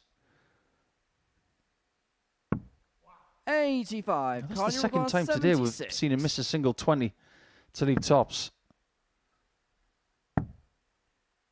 88. 68. Robert, you require 55. I don't think he can miss the single again. Tops. 15. He's not there. Carl, you require 8. It was never a good sign when he nearly hit the treble 15. Game He just looks really confident. The way his darts are thumping into the board tells me that the dart is comfortable in his hand and it's comfortable coming out of the hand. It's the look and feel of a player that's definitely played well in preparation to this, and it's just translated all of that to a stage which is completely alien to him in comparison to what else he's done. 96. Some people, when they do have 4 to 6 weeks to get ready for something like this, they can over-practice. 100. They can play too much. And by the time they get here, they're overcooked. I am not getting that from this guy. 140. And you don't want to overcook pork. 135. Hands up who had that in their bingo card today. Not me. 59. I can imagine you make yours with a lovely little bit of crackling as well. 127. I'll treat you to it sometime. Bit of apple sauce on the side. Oh, yes. All right, so you've mentioned Christmas in June. Now we're talking about Sunday lunch on a Monday. Well done, Henry. Robert, you require 54. Robert is looking for a nice tidy out. Hasn't hit a double in a while. 34. That continues. Carl, you require 66. And what will annoy Robert even more is this is by far, so far, his best showing of the day. But he's got nothing to show for it, and he could find himself 2-0 down. If Batchelor finds tops, he's been punished to the hilt. Second leg, go Batchelor. And that will feel like a dagger for Robert Thornton, because even when he's playing well, he's getting punished for the minute mistakes he's making.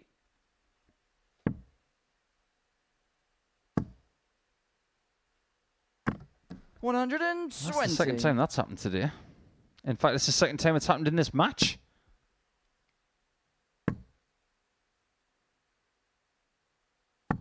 $41.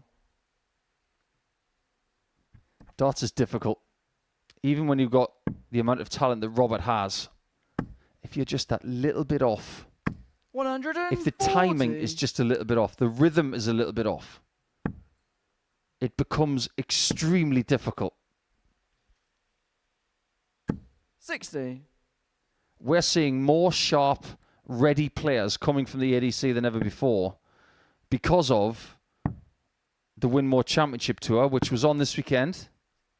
46. 2 wins for Steve Lennon. Danny Truman was the final winner over the weekend in Middlesbrough. Scott Winder as well with a victory. Congratulations to those 125. gentlemen. But we're seeing sharpness coming from that. We're seeing it coming from the Vault system. The ADC have genuinely transformed the 135. domestic scene, and they're looking to do that further afield. Well, they're definitely doing it in the Netherlands and Belgium. I mean, I've been spending some time with Danny Van Tripe recently. And 105. he said for him, that's 60. basically been the thing that saved his season so far, playing in a load of those events and having success in a load of those events. In fact, he's just qualified for the Global Championship again. 40. Robert, you require 170. Have to see if his brother qualifies as well.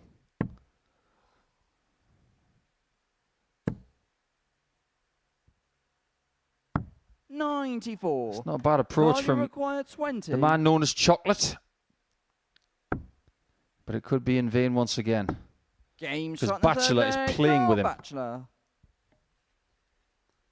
Bachelor Fourth has leg got is Robert Thornton to throw on a first. spatula. Gamer.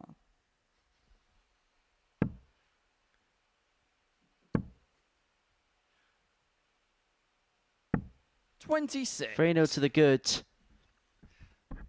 I don't know why, but I've now got a mental projection from AI of Robert Thornton on a spatula. So that's entirely your fault. 140. But I know what you're trying to say. And the longer 58. it goes without Robert winning a leg, the less likely he is to get one today. The last time he won one was in the first match of the day. And this is going to be a very, very bitter pill to 26. swallow for him. Yeah, this is beginning to become a rather chastening experience, isn't it, for the Thorn? 83. By the way, if anybody wants to make a Robert Thornton spatula, I'll buy one. Wouldn't be as strange as a John Henderson yoga mat, 100. which is a thing. Would that be Dan Dawson potentially that may have? Yes. Yeah, I thought as such. 60.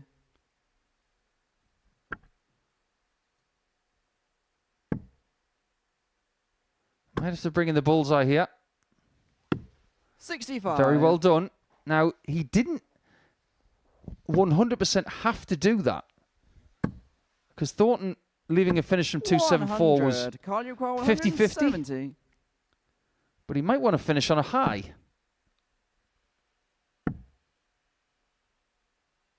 $92. Well, he's left in 778.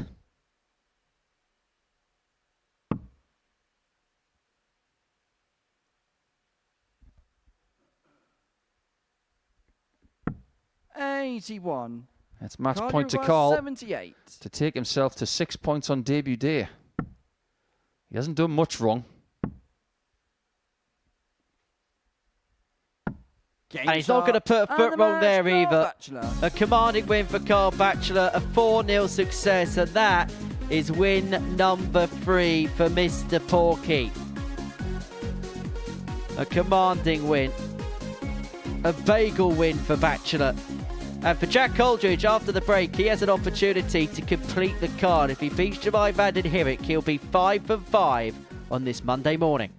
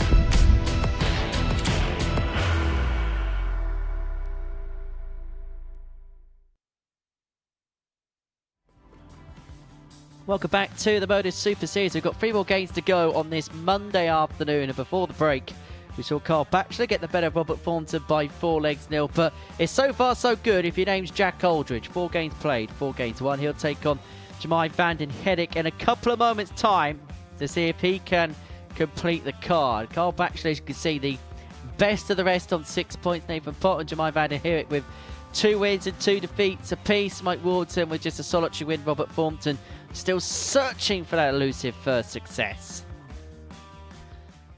So Jack Aldridge looking to complete the card, looking to make it a perfect 5 and a perfect 10 on this Monday in terms of his points total and points return. As for Jemai van den Hedek, it's been a rather intriguing day, because actually if you break down the numbers, you break down the performances, some decent stuff in there, but there was a big drop off in level against Nathan Potter last time out. It was a very bitty game. Jemai missing 7 darts to throw first. and a double in that particular contest. As for Jack Aldridge, he just looks like he could play at this incredibly high level all day. He could probably play another 4 matches at a similar level. He just looks that composed, that calm. He doesn't use too much energy, and he just doesn't look flustered by anything. Jack's day is very easy to sum up, in fact, because his drop-off in his previous game was to an 86 average. Other people dropping off numerically are not doing that. His range is about 18 points, but his low end 39. is a lot higher than a lot of other people's. That's what makes what he's doing very impressive. But I wouldn't 58. blame him if he's starting to tire on day 1. Most people do in round 5. He's not got a great deal of Group A experience, has he? And there's a lot of things to consider. Yes, it's a long day, but the day before you probably spend a bit of time travelling, and probably in Jack Aldridge's case, probably what, depending on how he travelled, maybe about 3 hours in the car. If you set up early afternoon to the early evening, then you're getting here around 7, 8 o'clock. You're probably getting food straight off to bed. Jemai van den Hedek's case, I don't know if he's one of those players that gets the boat and drives over when they come from Holland and then come from Dover to the Portsmouth, or he's just flown direct. But that was a direct hit. That was a 14 darter, and that sees Jack Aldridge 1-0 to the good. Second egg, it's Jemai to throw first. Game on.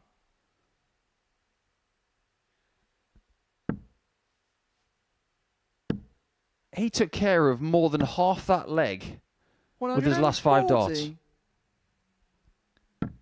What was a somewhat okay start turned out to be a wonderful first leg. 45. 180s are great, but when you can take a 2-darter out after that, it makes the 180 even better.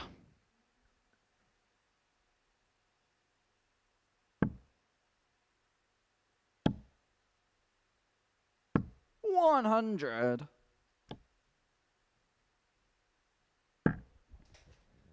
Full dart was thrown. Jack Aldridge was 9-2, third favourite to win this week. Second favourite to win this group behind Jemai. Both the weekly odds, Jemai was 4-1 joint favourite alongside Chaz Barstow, and 9-4 favourite to win this group. I get the sense that some odds will be shorted on Jack off the back of what he's done today. Yeah, I would agree with that. It might depend on this result. 140. Jemai O'Carr 161. And of course, this is going to be the first round match for these two gentlemen tomorrow. It will be game 3.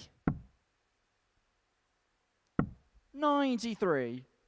But they'll still be through the front door before 8 a.m. in the morning. That'll give them a good 2 and a bit hours preparation time. 100. Jemai O'Carr 68. Before anybody asks, no, that's not 2 hours on the dartboard. It's measured practice over the course of those 2 hours to make sure you're sharp enough for your first game.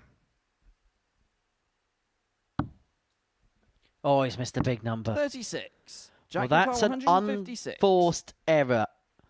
But how badly is he going to be punished for it? Oh, he could be punished severely. He was nearly properly punished for that slip, van den Hedek. I really thought he was going to hit that. I thought that was the end of leg 2. Game shot in the And it second is the end of leg two, Jemai just van not the den way we Herik. thought it was going to be. The leg is Jack to throw first. Game on. For anybody who is younger in years and they keep thinking to themselves, I want to be a pro dart 58. player one day. Here's a tip for you. If you ever come to the Modus Super Series, one of the biggest things you've got to get used to are the emotional swings. Not game to game. 60. It's almost quicker than leg to leg. It's visit to visit. 45. Look at the way that these two are playing. Very little emotion from start to finish. This is what we mean by locked in.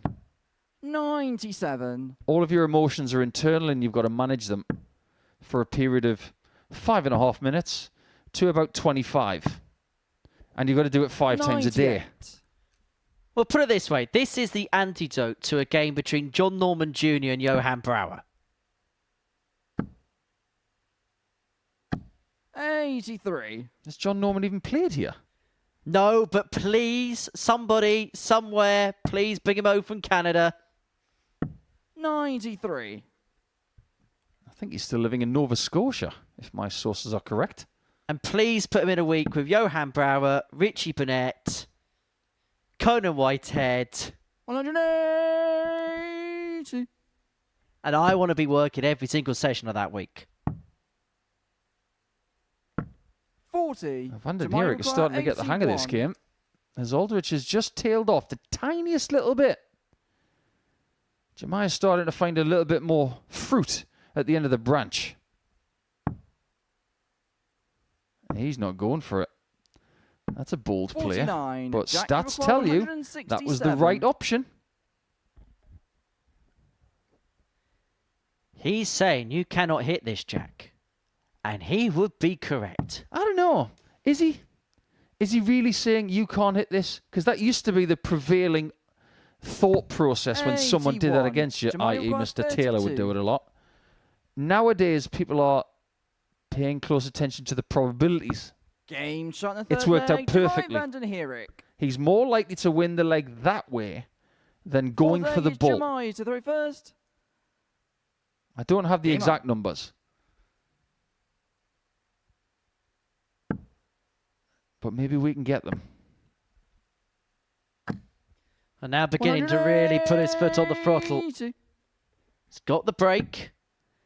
And now really asking probing questions of Aldridge. 100. Van den Herik win here would be good for him. It'd be good for Batchelor. It would be brilliant for Nathan Potter and for Mike Warburton because it would keep the top spot more achievable for the chasing pack. And Van den Herik is really starting to turn the screw here. 104.5 average right now. Back-to-back 16 darters for 1-0 behind. 171. But Jack Aldridge is going to watch him all the way. 6 for the 181. He may have to take it out in 6. Such is the standard in this leg. 135. Potential 11 dart hold here. Jack Aldridge may have been forced to hit a 9 darter 60. to have won Jemai this require leg. 46. If Van den Herik takes us out in this visit. Well, that's the beauty of a 12 darter on your own throw. Game shot in the fourth leg. Well, Jemai van an den 11 Herik. darter's a little bit sweeter. 3-1 to the good. Fifth leg is Jack to throw And first. he really is Game dialed on. in, as you say. What's the difference between an 11 darter and a 12 darter, Henry?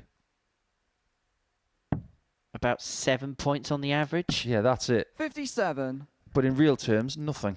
Still a 4-visit leg. Ask the question of your darting pals later on today when this session is 140. over. What's the difference between a 13 dart leg and a 15 dart leg? The answer is nothing. 134. Nothing at all. Because it's still a leg win. It's still 5 visits. It really doesn't matter if it's in 13, 14 or 15. It's still the same result. 91. Well, Jemai van den Herik is still on for a double red ink game. Average in excess of a ton and still perfect in terms of his doubling. 60. If he can get this 4-1 victory playing this way, he's going to sleep well tonight. In fact, a late lunch is going to feel very sumptuous. All he needs now is a win for his beloved Netherlands in the football, and the world's a good place. 60. Don't stay up and watch it, Jemai. Just go on the next morning and find the highlights or something. Don't do yourself that 100. disservice, because we've seen players do that in the past. Watch their sports team late at night and it causes them problems the next day.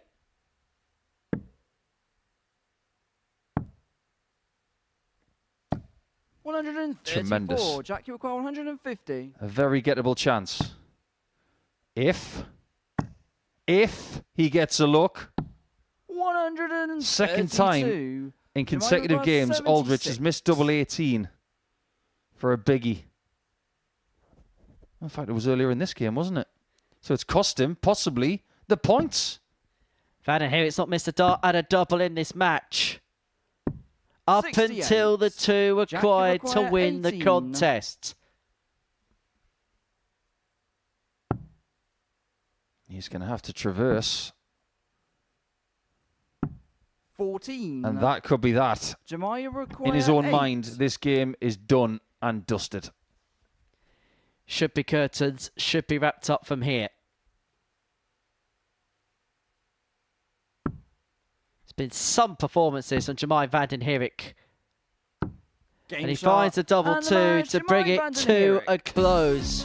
So Jemai Van den Heerik will end the first day with 6 points to his name. He puffs the cheeks as he gets over the line. An average in the end just underneath over the top mark, shall I say. 4 from 8 in terms of his doubling for Jack Aldrich. 4 out of 5 is going to have to do for him.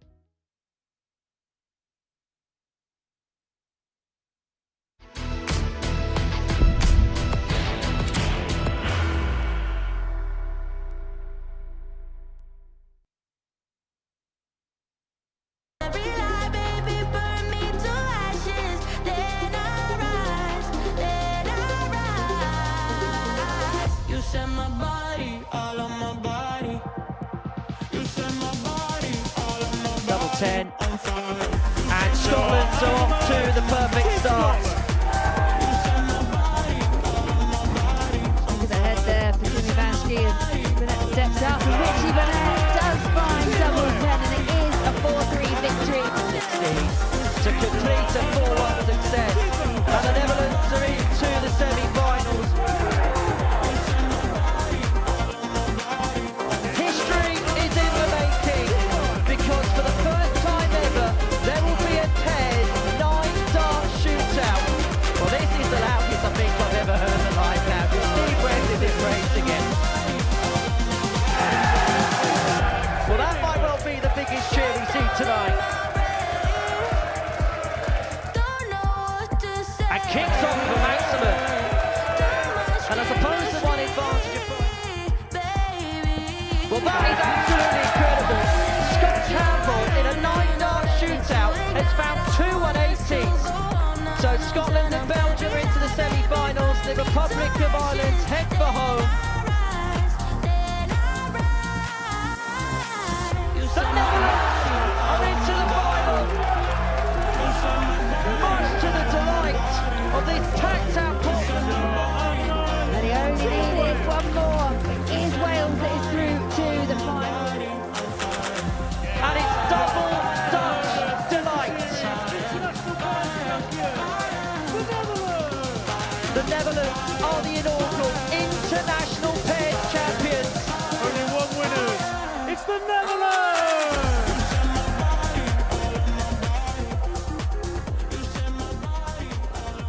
There's always loads of darts here at the Live Lounge in Portsmouth, and you can be here on any given Saturday. Scan that QR code, takes you over to the Darts World store, and you could see maybe some legends of the past, or maybe potentially a star of the future. We've got a bit of that in our next game, as Robert Thornton and Nathan Potter go head-to-head. Thornton, a legend of this sport, as for Nathan Potter, somebody plotting his path to the top level of the game.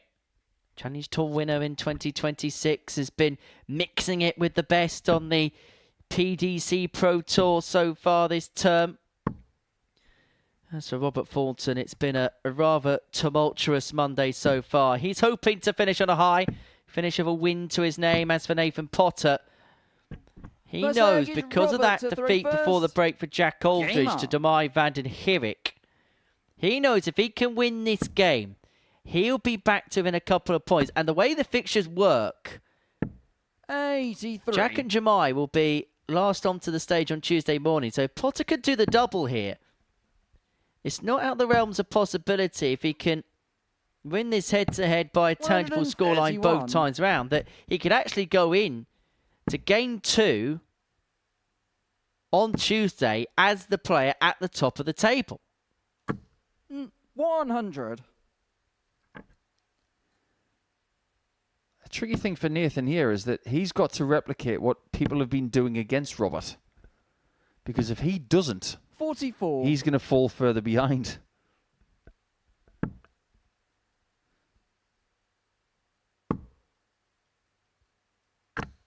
$80. Oh, that was a violent collision. I've seen a few of those for Nathan today, but in a very different way. The attack angle is very different for these two. 100. I don't think you could find two more polar opposites, to be perfectly honest. More like it. 108. That's what he can do. Maybe he's just saving his best for last. Now, there was some signs of perhaps some shoots of 59. recovery Robert, you from require Robert in his 58. previous game against Carl Batchelor. Best performance of the day, but was just unable to take advantage of any opportunities he had on the outer ring. But he'll find that shot double the first 10 and he'll find leg, himself Robert 1-0 up, and that's a Thornton. 15 darter for Robert Thornton. That's the Second first leg is time that he has Nathan been to in the front reverse. today. Game on. We're talking about the permutations for Potter, if he can get the win here and tomorrow morning at around about 100. 9:35. What if Robert goes back-to-back against Potter? All of a sudden, he's back in it. They'll be trading places. 100. Effectively, they'll both be on 4 points. Is that on your all-time film list, trading places? It's Very, very good. 81. Big fan of Dan Aykroyd. Very clever man. Doesn't do much in the way of movies anymore. He's in the distillery business.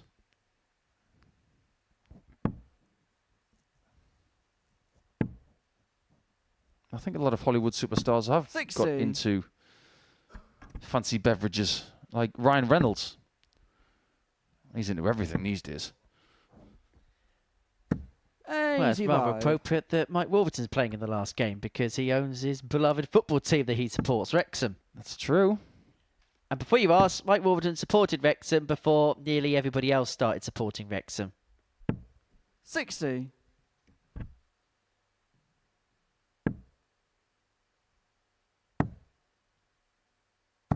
$96. Yeah, I'm not going to talk about who Robert supports because rule number 1, don't bring up Scottish football. Particularly this week. 60. And Scottish darts is not in a bad place right now. It was a new partnership at the World Cup of Darts this year with Cameron Menzies playing with Gary Anderson. He didn't do too badly. 140. Nathan, you've got 140. That's one of the titles that Robert did not win. 60. Did have a chance. Robert, you require 55. Did with Hendo in a dream partnership once. He's not dreaming on tops today because he hasn't hit it. 35. Nathan, you require 80. It's all about double 10. But it's definitely all about tops now for Nathan Potter. Game shot. And he the makes second no leg, mistake Nathan on that Potter. target to bring us back to level terms. Well, you The leg mentioned is that Robert partnership to between throw Robert first. Thornton and John Game on. Henderson. I think that partnership and Hendo's, I'd say little tap on the back of the heels, a bit more than little tap on the back of the heels. Probably the 140. closest we've ever got to concussion checks in darts. I think Robert's reaction will go down as one of the most famous the World Cup or even the sport of darts will ever see. 100. Makes me smile just thinking about it now. Absolutely, same here. 85. Two of the good guys. Yeah, had Hendo here, didn't we, a few weeks ago? Always great company. 140. There's John Henderson when he's here at the Live Lounge. Well, he's just great company wherever you see him. If you are watching, Hendo, hope you're well, pal.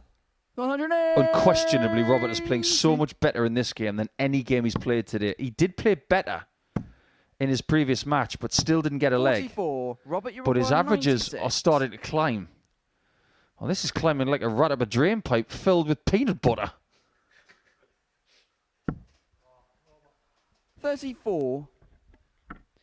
It's almost as if the first 3 games there was a Robert Thornton impersonator on the stage playing under the 66. guise of the great Thorn Robert, you require himself. 62. But now he's becoming a thorn in the side of opposition all of a sudden because he has found a level we know he's capable 22. of. But at the beginning of the Nathan, day, you'll looked go as if it was unlikely 151. he was going to reach. Potter's not going to reach this. 91. Robert, you require 40. Can Robert hit tops for the first time today?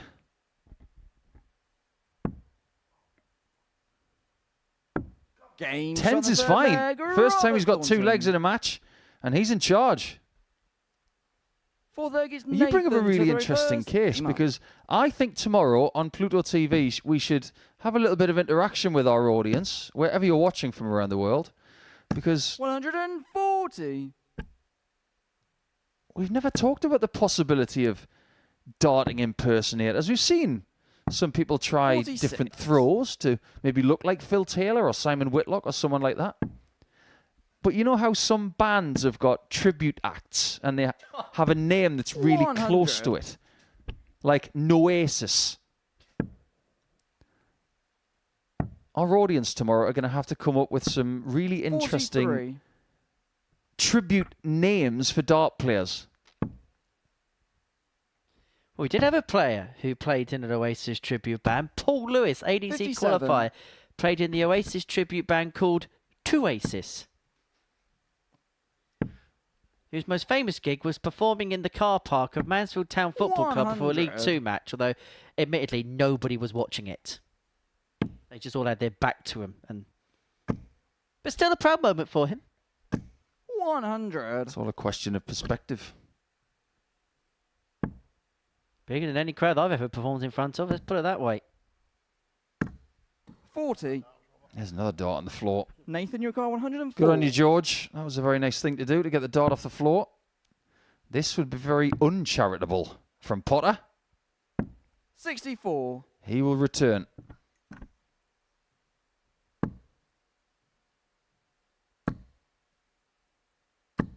Oh, there it is. Nathan, you require 40. That is a third maximum of the match. Game shot in the fourth. He doesn't win the leg, Nathan but Robert Potter. has doubled his tally of 180s for the day in this match. Well, it looks like you may have some running repairs to be had here. Not quite sure what the issue is. Oh, there's a veteran move for you. Fifth He leg already is had a Robert to stem play and flight first. combination ready. Because he doesn't want to have to wait. 100. So imagine if he has a malfunction on the stage, what Robert's got to do with his setup is he's got to punch a hole in the flight. He's got to have 40. the ring piercing the hole. Then he's got to put the flight cap on and then mount it on the stem.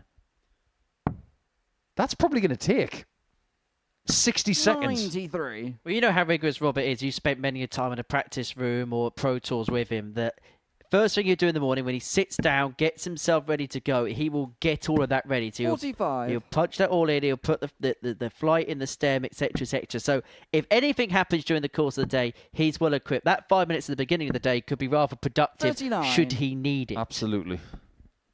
And you should see him with his towel. It's almost ritualistic.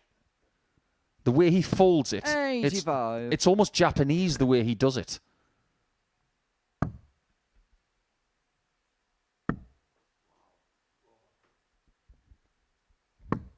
$35.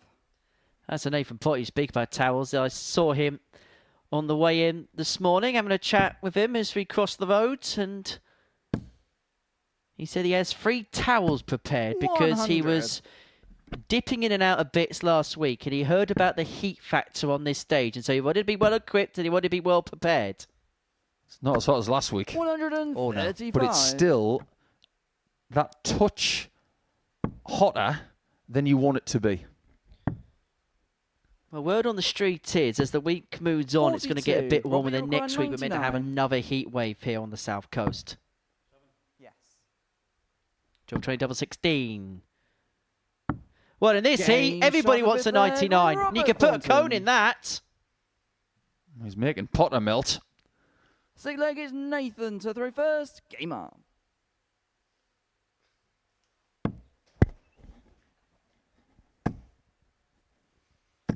$100. This is just a really effective 86 average. Doubles are decent. The 180s have been very good. 100. And if he's playing to this level all day tomorrow, Robert could make a huge move in this table. 100. Because we haven't seen the best of Nathan today. I don't think we've seen the best of Jamai van den Herik 100. on a consistent basis. So I think there's going to be a bit of movement in the table come moving day tomorrow. 100. Is it too early to call a player a spoiler in this Group A? Because Robert Ford could potentially really play that role tomorrow and Wednesday. Yeah, I think it's a little early. Maybe by the end of round 2 100. tomorrow, we can start calling that. What we can say definitively is this Group A campaign is going to be very different 100. to the last regulation week Group A that Nathan Potter had. This is going to be a very different challenge for him. 54. Nathan, you Take us require all the way. 101. And you may feel as if this game does go the distance. He may be able to begin to break the resistance of Robert Thorn, to break the spirit of the Thorn. 89. Robert, you require 147. But for the first time today, Robert has got a chance to win a match. Remains to be 107. seen Nathan, you require 12. whether he gets a chance at a double that he hasn't hit. Game shot. That's as close as he's been to a win. Now, can he get close enough again before the day runs out. I don't know about you, Nico, but I get the sense the first visit here for Thornton's ultra important. I think where he stands after 6 darts. 140. Oh, that's just incredible. And Nathan Pott in the background must be thinking, I might be beginning to get my man here. And in the next 30 seconds. Can he squeeze one in? 85. Not quite. And he knows that that could be a big error. One big slip. But you're allowed one slip in a leg. 100. Usually. That odd number that you have to get off at some point. Maybe he's used that 5 to its full potential, but there's another slip. And that could be the costly one. And even if he gets a single 20 there, he's on 136. And he's thinking 96 ton out. Here, it's just a little bit more jeopardy. Robert, you've got 155.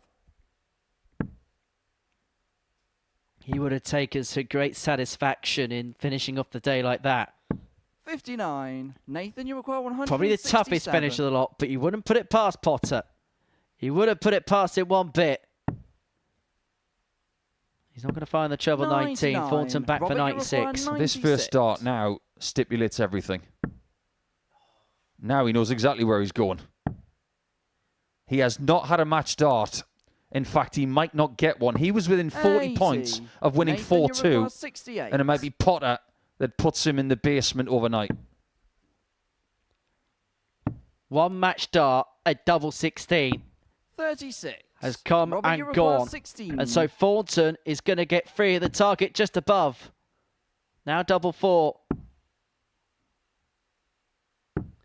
12. And the double that won him the World Seniors title Nathan, the first time around 32. does not come to his aid there. And so Potter in a game which at no point had he led. Potter. He leads at the most important juncture, the final juncture. For Robert Thornton, he had match starts to get his first win of the day, was unable to oblige. Nathan Potter, by the skin of his teeth, prevails, a 4-3 winner.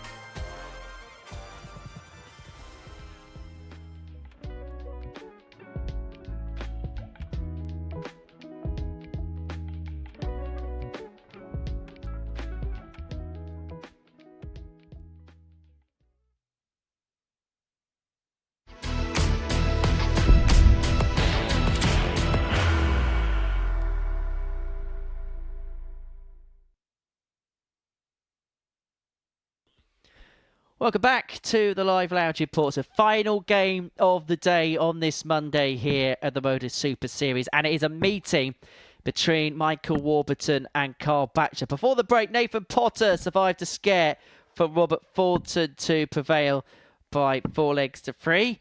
Our final meeting sees Warby and Mr. Porky go head-to-head. And I suppose many people on a Saturday or Sunday morning do enjoy a bit of Warburton with a bit of pork. Bacon sandwiches, I'm trying to make the intonation of. It's that logo on the front of the shirt that's got my eye. It's very intricate. Throw first. But there's something else as well. If my eyes don't deceive me, the pig on the back of the shirt is only carrying 2 darts. Where's the third one? 45. Probably can't carry 3 of his little trotters. There's only 2. That pig didn't get the memo. Or somebody didn't print that shirt right. 82.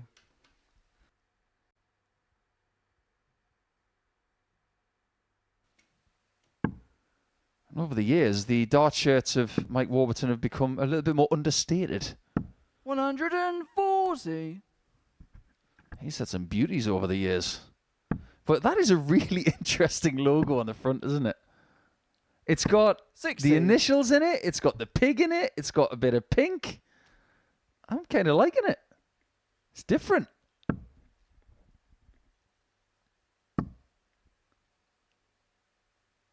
$81. I've been impressed with the way he's played. There it is. 2 darts. He's so good and so confident he doesn't need 3. 47. Well, certainly no porky pie is being told by Sam Mulliner as to the capabilities of Carl Batchelor. 100. However, it's Warburton first to finish in this leg, and Batchelor's going to have to fill it up to do something similar after a dozen. 26. Mike, you require 135. You just wonder if the experience of Warburton will get him over the line in this final game of the day. He didn't have to do this.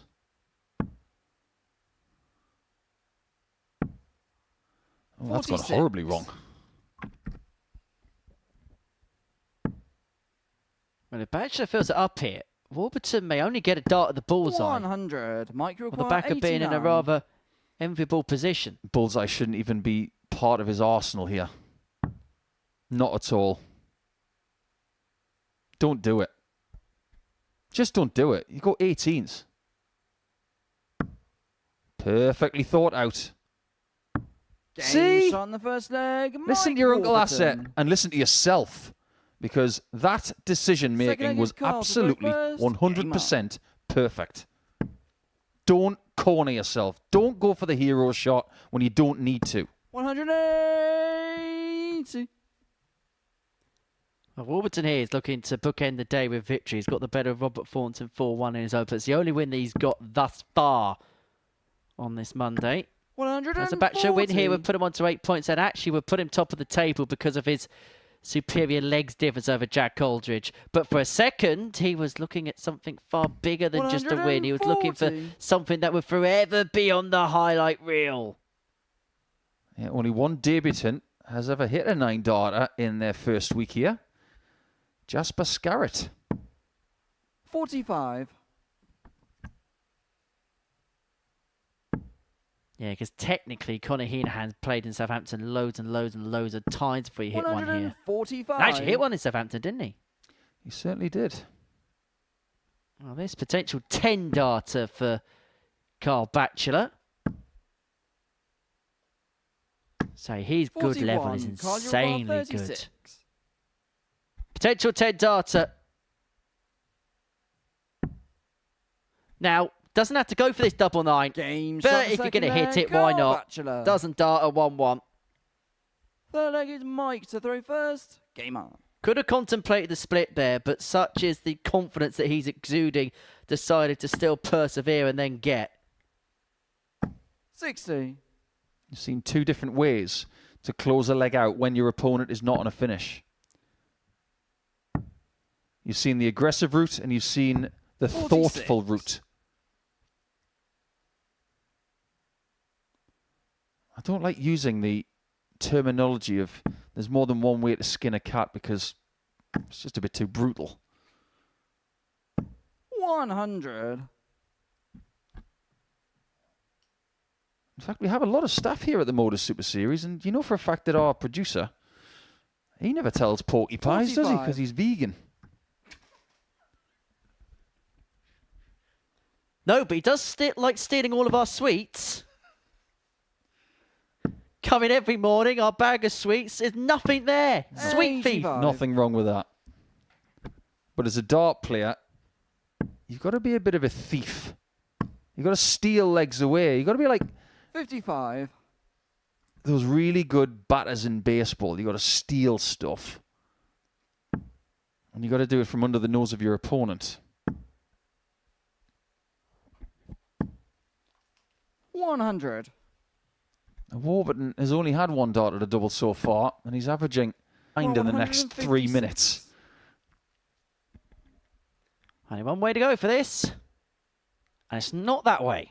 But he's got the luxury of 6 to open up a 2-1 lead. 60.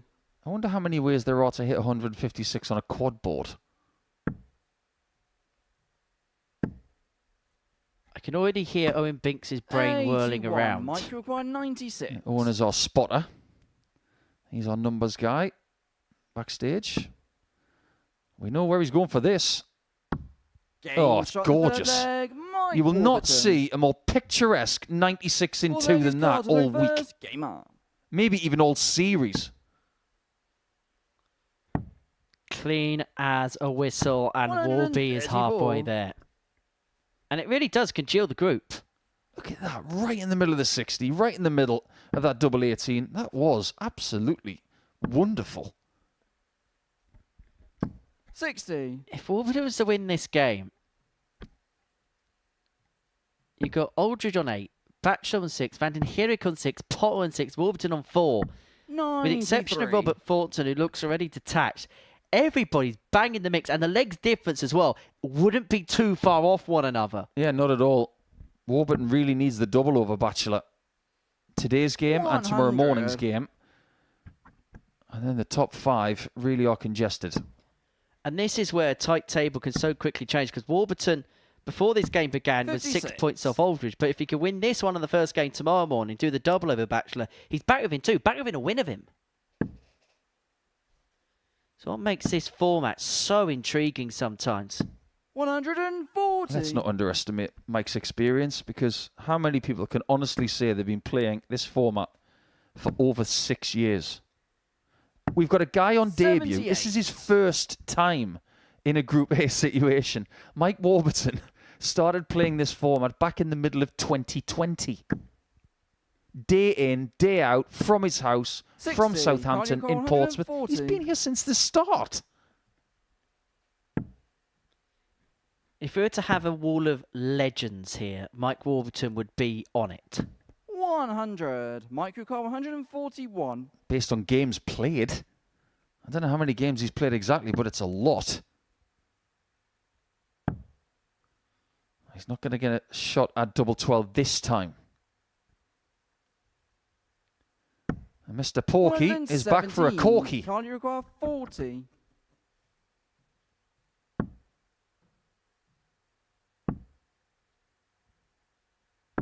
Oh, it's a beautiful dart. Game Look shot in the what fourth there. Warburton was Go sitting on Bachelor. just in case.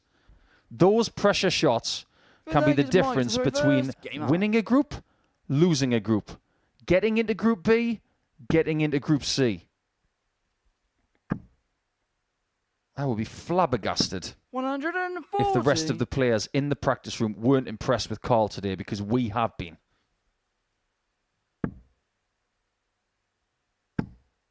He's gone full Scott Waits on the losing the hair and going for the beard look. 100. Nothing wrong with that. He's got a way to go before he's Andreas Harrison, though. Series 7 champion. Oh, yes, that is a mighty 100. fine grey beard he has. You okay over there? I'm just marvelling over that beautiful beard. You okay over there? 60. One of the best beards in darts. It is rather resplendent, isn't it? You don't have enough other sports people with a beard like that. Gone are the days of Alexi Lalas for the USA national football 100. team. Who's spending his days annoying Zlatan on the TV in the States. 100. Michael Carl, 161. Chance to take the lead once again. This is a really good battle.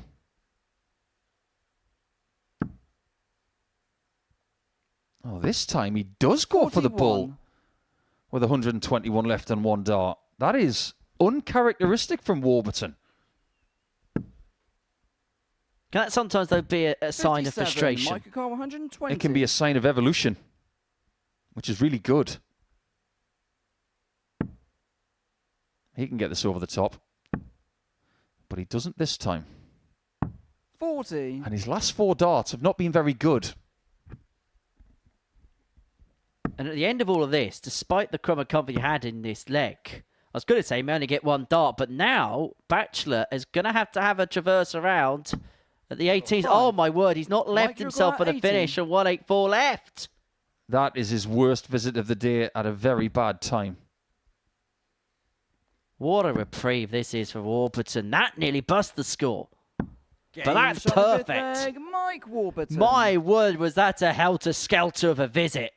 I tell you what, dart 2 Six for legs, Carl to Warburton the there. first. Game on. His heart will have been beaten out of his chest the way that Jim Carey's did in The Mask. That was so close to busting with 2. 30. Well, there's certain players, like Bradley Brooks, for example, in those situations, will go treble 12, double 12, because he's just scared of the idea of catching the dart and busting. We brought it up earlier. Treble 60. 12, double 12. Something that Tommy Lishman has done. Now, I'm going to leave it up to Tommy and Bradley to fight that one out as to who did it first. So off you go, guys. It's not our concern.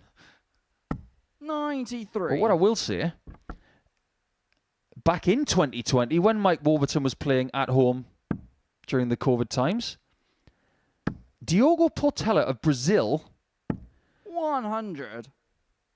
he once had 180 left, treble 20, left 60. Where was his next dart? And I'll give you 58. a hint. He was left on a double. He hit double 14 to leave double 16 on purpose. 58. The Brazilian played in the first ever night we had here at the Live Lounge. Played the first ever game, I believe, against Martin Wolfie Adams. James Hubble played that night. Paul Hogan played that night. 43. Stephen Burton lost a dart that night. Kieran Tian won that night. Yes. I suppose it should be forever known as the 140. Kieran Tian Hall, because then he was the first player to win. I think if this place was renamed the Kieran Tian Stadium, I think Conan Whitehead would have a big gripe with us. 140. Mike O'Connor, 143.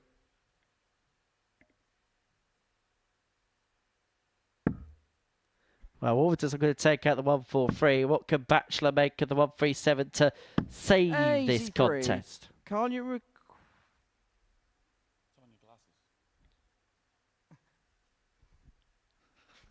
I've got no idea what happened there, but Can't you recall I think it's 137? all love after warfare there. I think that was Mike Warburton trying to play some sort of telekinesis. Well, now he gets a chance 117. Mike, you require To 60. bookend his day with wins. Well, from the ridiculous to potentially the sublime.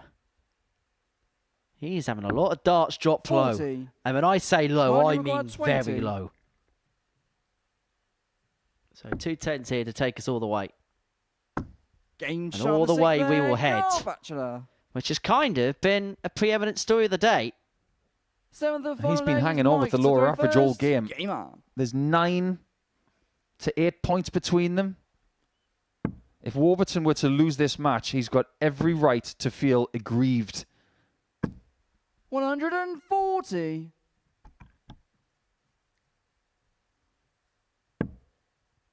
Remember what we saw from Jack Aldridge when he played Bachelor in the last leg decider? 80. Immense scoring from the off.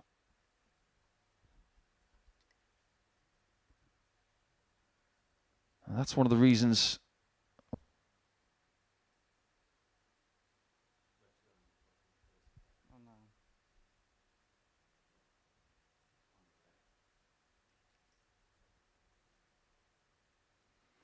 Warburton's got rid of the 1. He wouldn't mind making it a 1-2-1. Now look at the situation. 41 it is, but it's still a lead of 101. He's still in control. Warby's got to keep it together here because he looks like he's about to combust. 134. Something just knocked him a little bit off balance in that previous visit, but he's got to try and keep it together. He's still in a decent position in this leg, particularly if he can fill it up and he can find a couple of big trebles. 100. He's only 4 darts away from winning this match.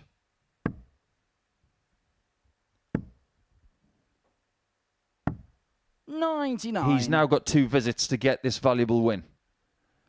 And you get the sense, looking at the table, that he needs it.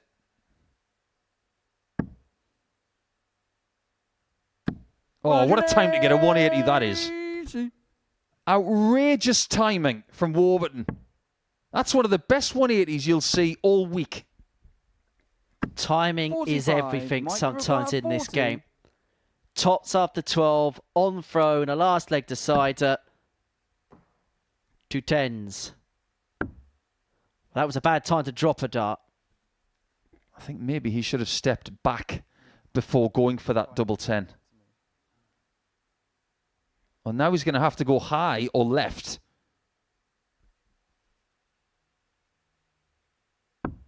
$30. Unable to get, and I Carl, get you the require sense if Batcher takes out this 143. 1 for 3, Warburton could go crazy. He is not happy, not one bit. 95. Mike, you required 10. If he's going to have a marker, it's going to have to be half a centimetre high.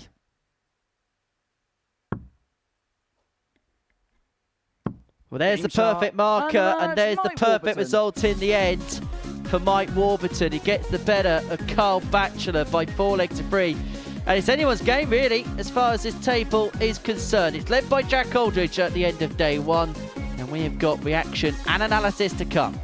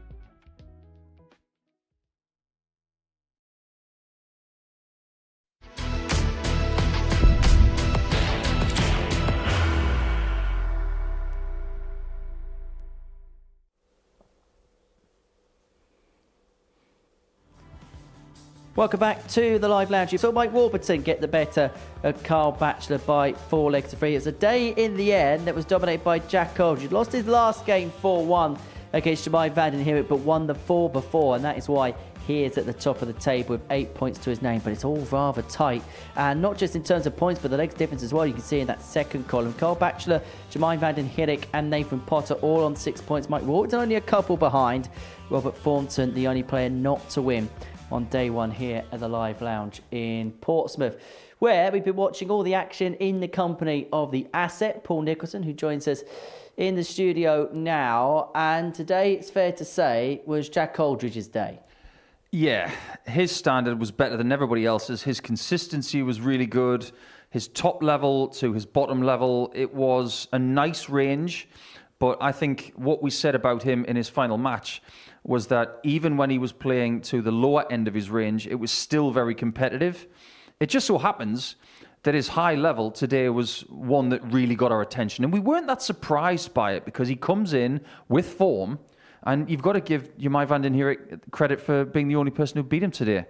He set his stall out right from the get-go, Dean, that 104 average against Nathan Potter. Look, he was never going to stay at that high peak, but even when he dipped down, that recession in performance, it wasn't too much. Not at all. I just admire the way he plays the game. And it's very conducive to Group A success because he doesn't get too high emotionally. He doesn't get low emotionally either. So his ability to stay at that very mean level of focus, that's going to stand him in good stead. How good was Carl Batchelor today? Debutant, didn't quite know how he's going to go on the stage, but I tell you what, he showed some real capability today. How many times have we had conversations on Monday when we've come off the back of conversations with others and they say this ADC qualifier is very, very good. He's going to cause trouble. And then we talk after day one and then they're sitting at the bottom of the table scratching our head. Well, the fact is, Carl is a very, very good dart player. He's got his idiosyncrasies, but he's got stuff in the locker. This really did get our attention, and that is some way to get your first win on the stage. So as for tomorrow, we've now got expectation, because if he doesn't win more games than he loses tomorrow, he will regress. In terms of Jemai van den Herik, will he feel as if he got everything he could have got out of today?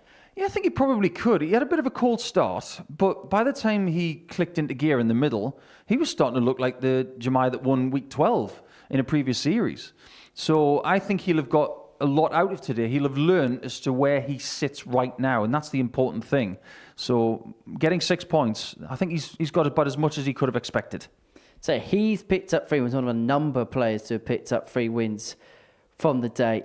And look, we spoke about Jemai and we spoke about where he's at in terms of his progression. He had a very good 2025. It's difficult then to back it up a year later, isn't it? No, second album syndrome, isn't it? Because last year it wasn't a masterpiece, but it was very, very good. But now we put the pressure on him because we expect him to make Saturday night and to challenge. And if he doesn't do that, he's underachieved. So it depends on who's putting the pressure on him. It's not coming from us directly. It's coming indirectly. It's the people around him.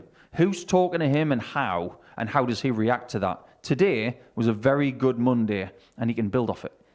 There were some good performances in there from Nathan Potter, but I get the sense he'll feel like today was a bit of a head-scratcher for him. Yeah, it was just a bit erratic at times. We saw some genius darts from him at certain points that had us completely drooling in the commentary box. But very much like Champions Week in Series 13, it was just a little bit up and down. So the ups have got to be just as up come Tuesday for moving day. The downs have got to be minimised. If he can eliminate the bad darts tomorrow, I think he's going to have a very good Tuesday. Well, be interesting to see how he gets along. He's a cheeky chappy, isn't he? Likes to really get himself at it. Just a quick word on the bottom two, Mike Warburton and Robert Thornton, in terms of their days today. I think Robert should be buoyed by how he played in his 5th game. That was the kind of stuff he needs to deliver in the first 2 rounds tomorrow, and he will be dangerous. Possibly a spoiler because it looks like he's not going to contend for the top spot. But Warburton deserves an awful lot of credit. He obviously wasn't comfortable on the stage today, but he did bag 2 wins. He got one at the start and he got one at the end. And I think the way he played at certain points, he should be very happy. So let's have a look and see how the land lies following the end of the first day's worth of play in this Group A. Jack Aldridge at the top of the table, but it's really anybody's game, probably bar Robert Thornton going into tomorrow. I think that's fair. Somebody can make a move tomorrow, maybe do what Jack has done today and get 4 or possibly 5 wins out of 5 tomorrow. It's not out of reach. And if that happens, someone is going to have the lead going into Wednesday, but it'll be a precarious one, no matter if it's 2 or 4 points. We've seen it so many times in Series 13. People can be caught, but you're going to have to peak at the right times. It's going to be interesting to see. Right, we shall reconvene tomorrow. Thank you very much, as ever, Nico. Thank you for watching along. This is what's coming up across Pluto TV. Coming up next, the Tungsten Talk with the first ever series champion here in Conan Whitehead. The ups and downs, the trials and tribulations of his career will be very much the topic of conversation in a few moments' time. Then we've got the story of Gerwyn Price. That's tonight from 8:25 p.m. Group A, that will continue tomorrow, 9:30, and we really have no idea how the group is going to go. We have no idea who the dominant force is going to be. Jack Aldridge laid the foundations, but it could all change come the end of play tomorrow. And they're all looking to make it through the finals night. We're back at the normal time slot of 7:30 p.m. on Saturday evening for that, as we really do head towards the business end now of Series 14 at the Live Lounge in Portsmouth. That's it from us on an opening day where Jack Aldridge tops the table at 8 points, but it is all to play for here. From all of us here, take care. Bye-bye for now. The new Modus Super Series champion. Oh my word! It's another incredible moment tonight. Jeff Smith. It's match start. 5 stars for 4. Ball for big fish. It's